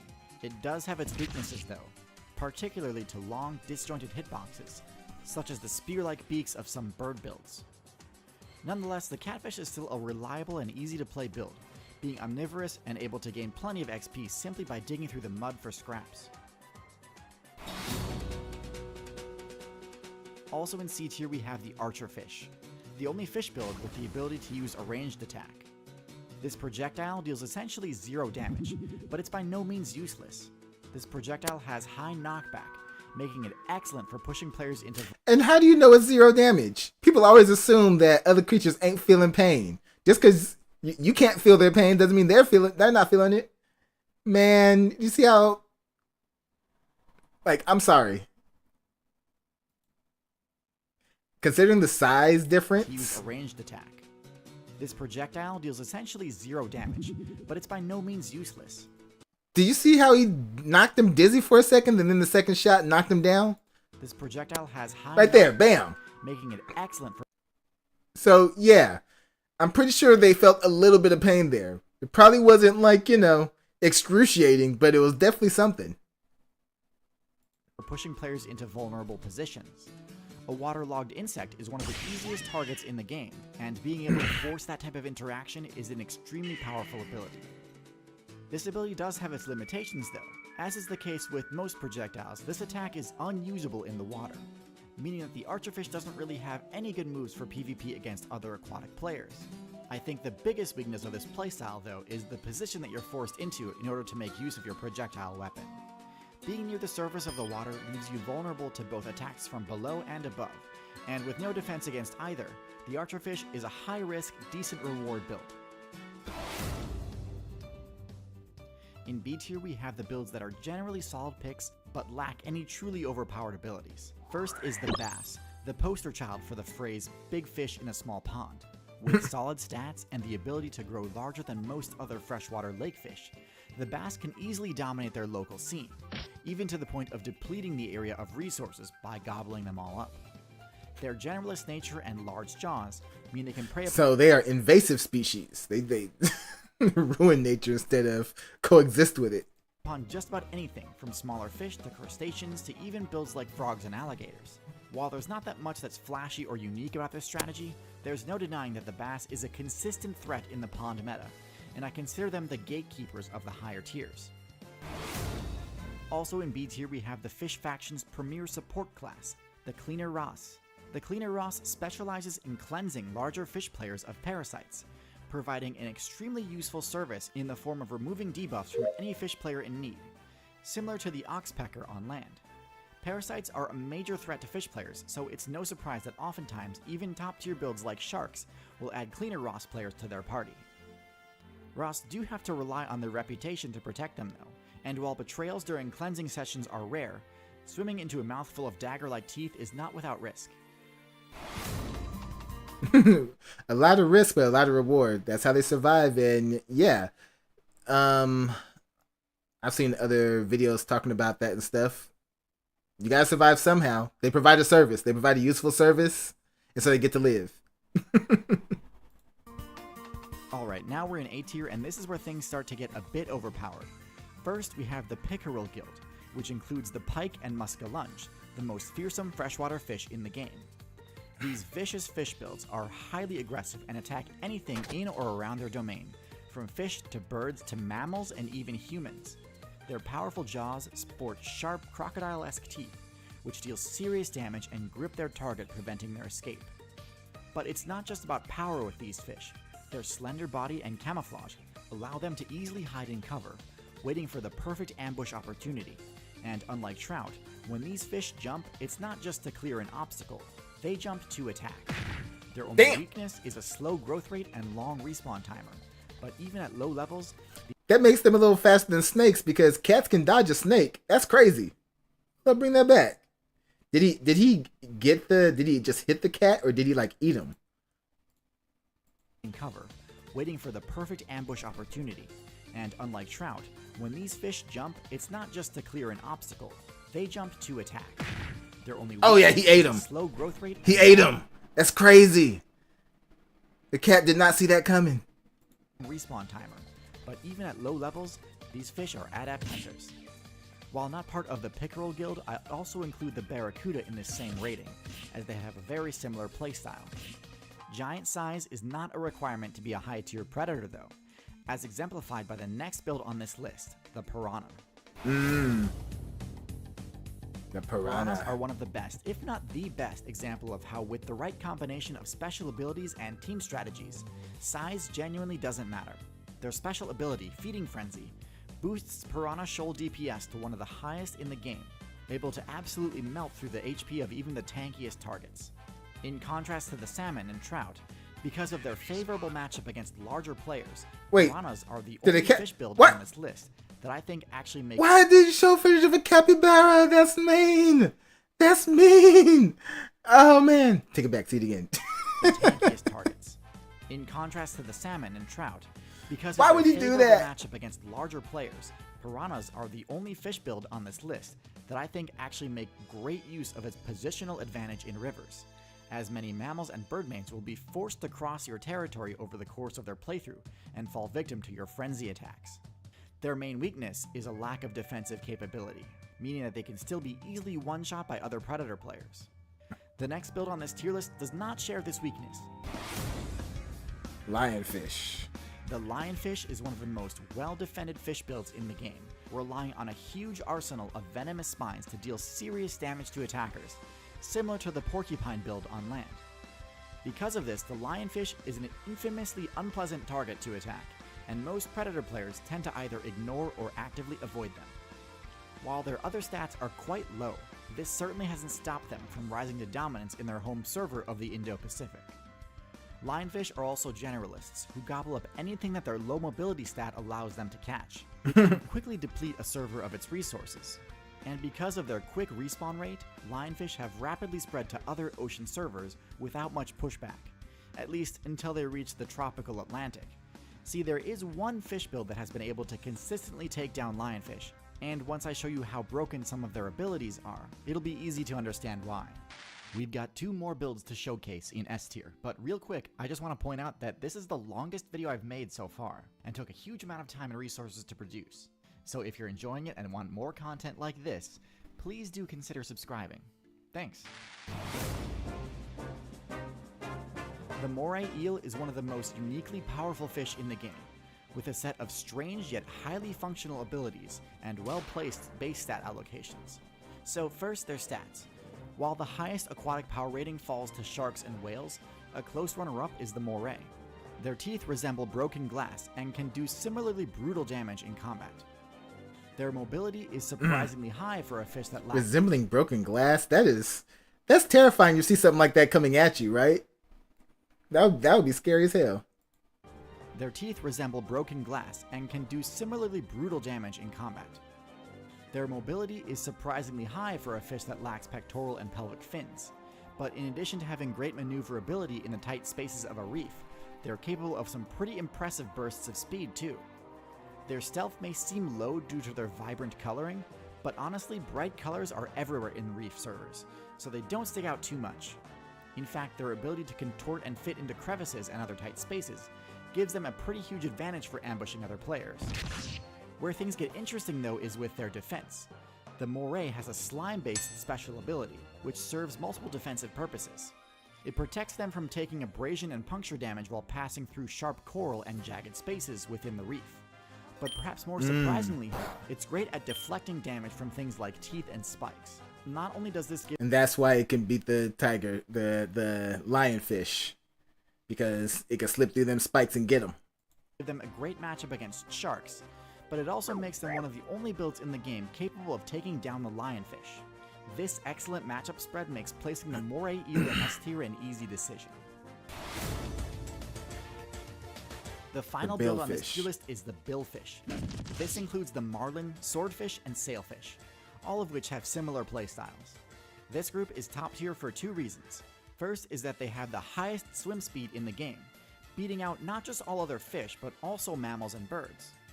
In addition to having unmatched speed, their large dorsal fins allow them to make tighter turns than most fish too, making them extremely good at chasing down prey. Their most unique trait, however, is their bill, one of the strangest offensive abilities in the game. Useful for both slashing and stabbing, this attack is one of the few in the game able to hit multiple targets at once. This makes it excellent for countering the ubiquitous safety in numbers strategy many fish players adopt. And since the billfish hunt in packs, they can rack up insane kill counts, rivaling the hunting prowess of even a pot of dolphins. With busted stats and a signature move that's both flashy and downright broken, to me there's no question that the billfish is the most overpowered fish build in the game. Yes, definitely. Regardless of where your favorite fish build falls on the tier list, one thing's for sure. Adaptation is key to survivability in the current meta. Well, when you got a freaking sword for a nose, yeah, you better be the top one. That's why you play the right music for it. That Smash Bros. Music. The broken sword characters. Said that all wrong. Broken sword characters. I fumbled that so hard. And it's important to always be exploring new strategies to stay ahead of the curve. The same can be said for YouTubers, and this is why a bunch of creators and I have started an experiment called Nebula, a new platform that gives us the freedom to pursue the project. Okay, is that all there is? Yeah. The ad with the outro. All right. So yeah. Another great one from Tier Zoo. I really think they should do like follow-up videos to add more fish to these lists, since yeah, it's definitely too little time in one video to do all the fish, considering there's thousands of them. But because there's thousands of them, you could do like a part 2 or part 3 of these. So I hope you do that at some point. But otherwise, great video overall. But all right, y'all know what to do. Go down in the comment section. Let me know what y'all thought about this one, and let me know what you'd like to see me react to next. Hit that like button before you go. Share this video with everyone you know. Subscribe if you haven't done so already. And if you really feel like supporting the platform, consider joining our Patreon. All right. So till next time, take care of yourselves. I'm out of here. Okay, guys. All right. Where are we at now? Yeah, it's been almost 3 hours. We're going to go ahead and wrap it up here. I'll be back tomorrow. I'm planning on streaming tomorrow and Thursday. I want to make it a regular 3-day-a-week thing, but like I said, I work full time, take care of family and stuff. So sometimes I'm not able to do it. But this week is looking good. So I'm going to see you guys tomorrow, and I'm going to try to start around 12. I know I started late one because, again, there was stuff I had to do, and I had to start late. So anyway, that's it. That's the wrap up. So we'll catch you guys later. See y'all tomorrow.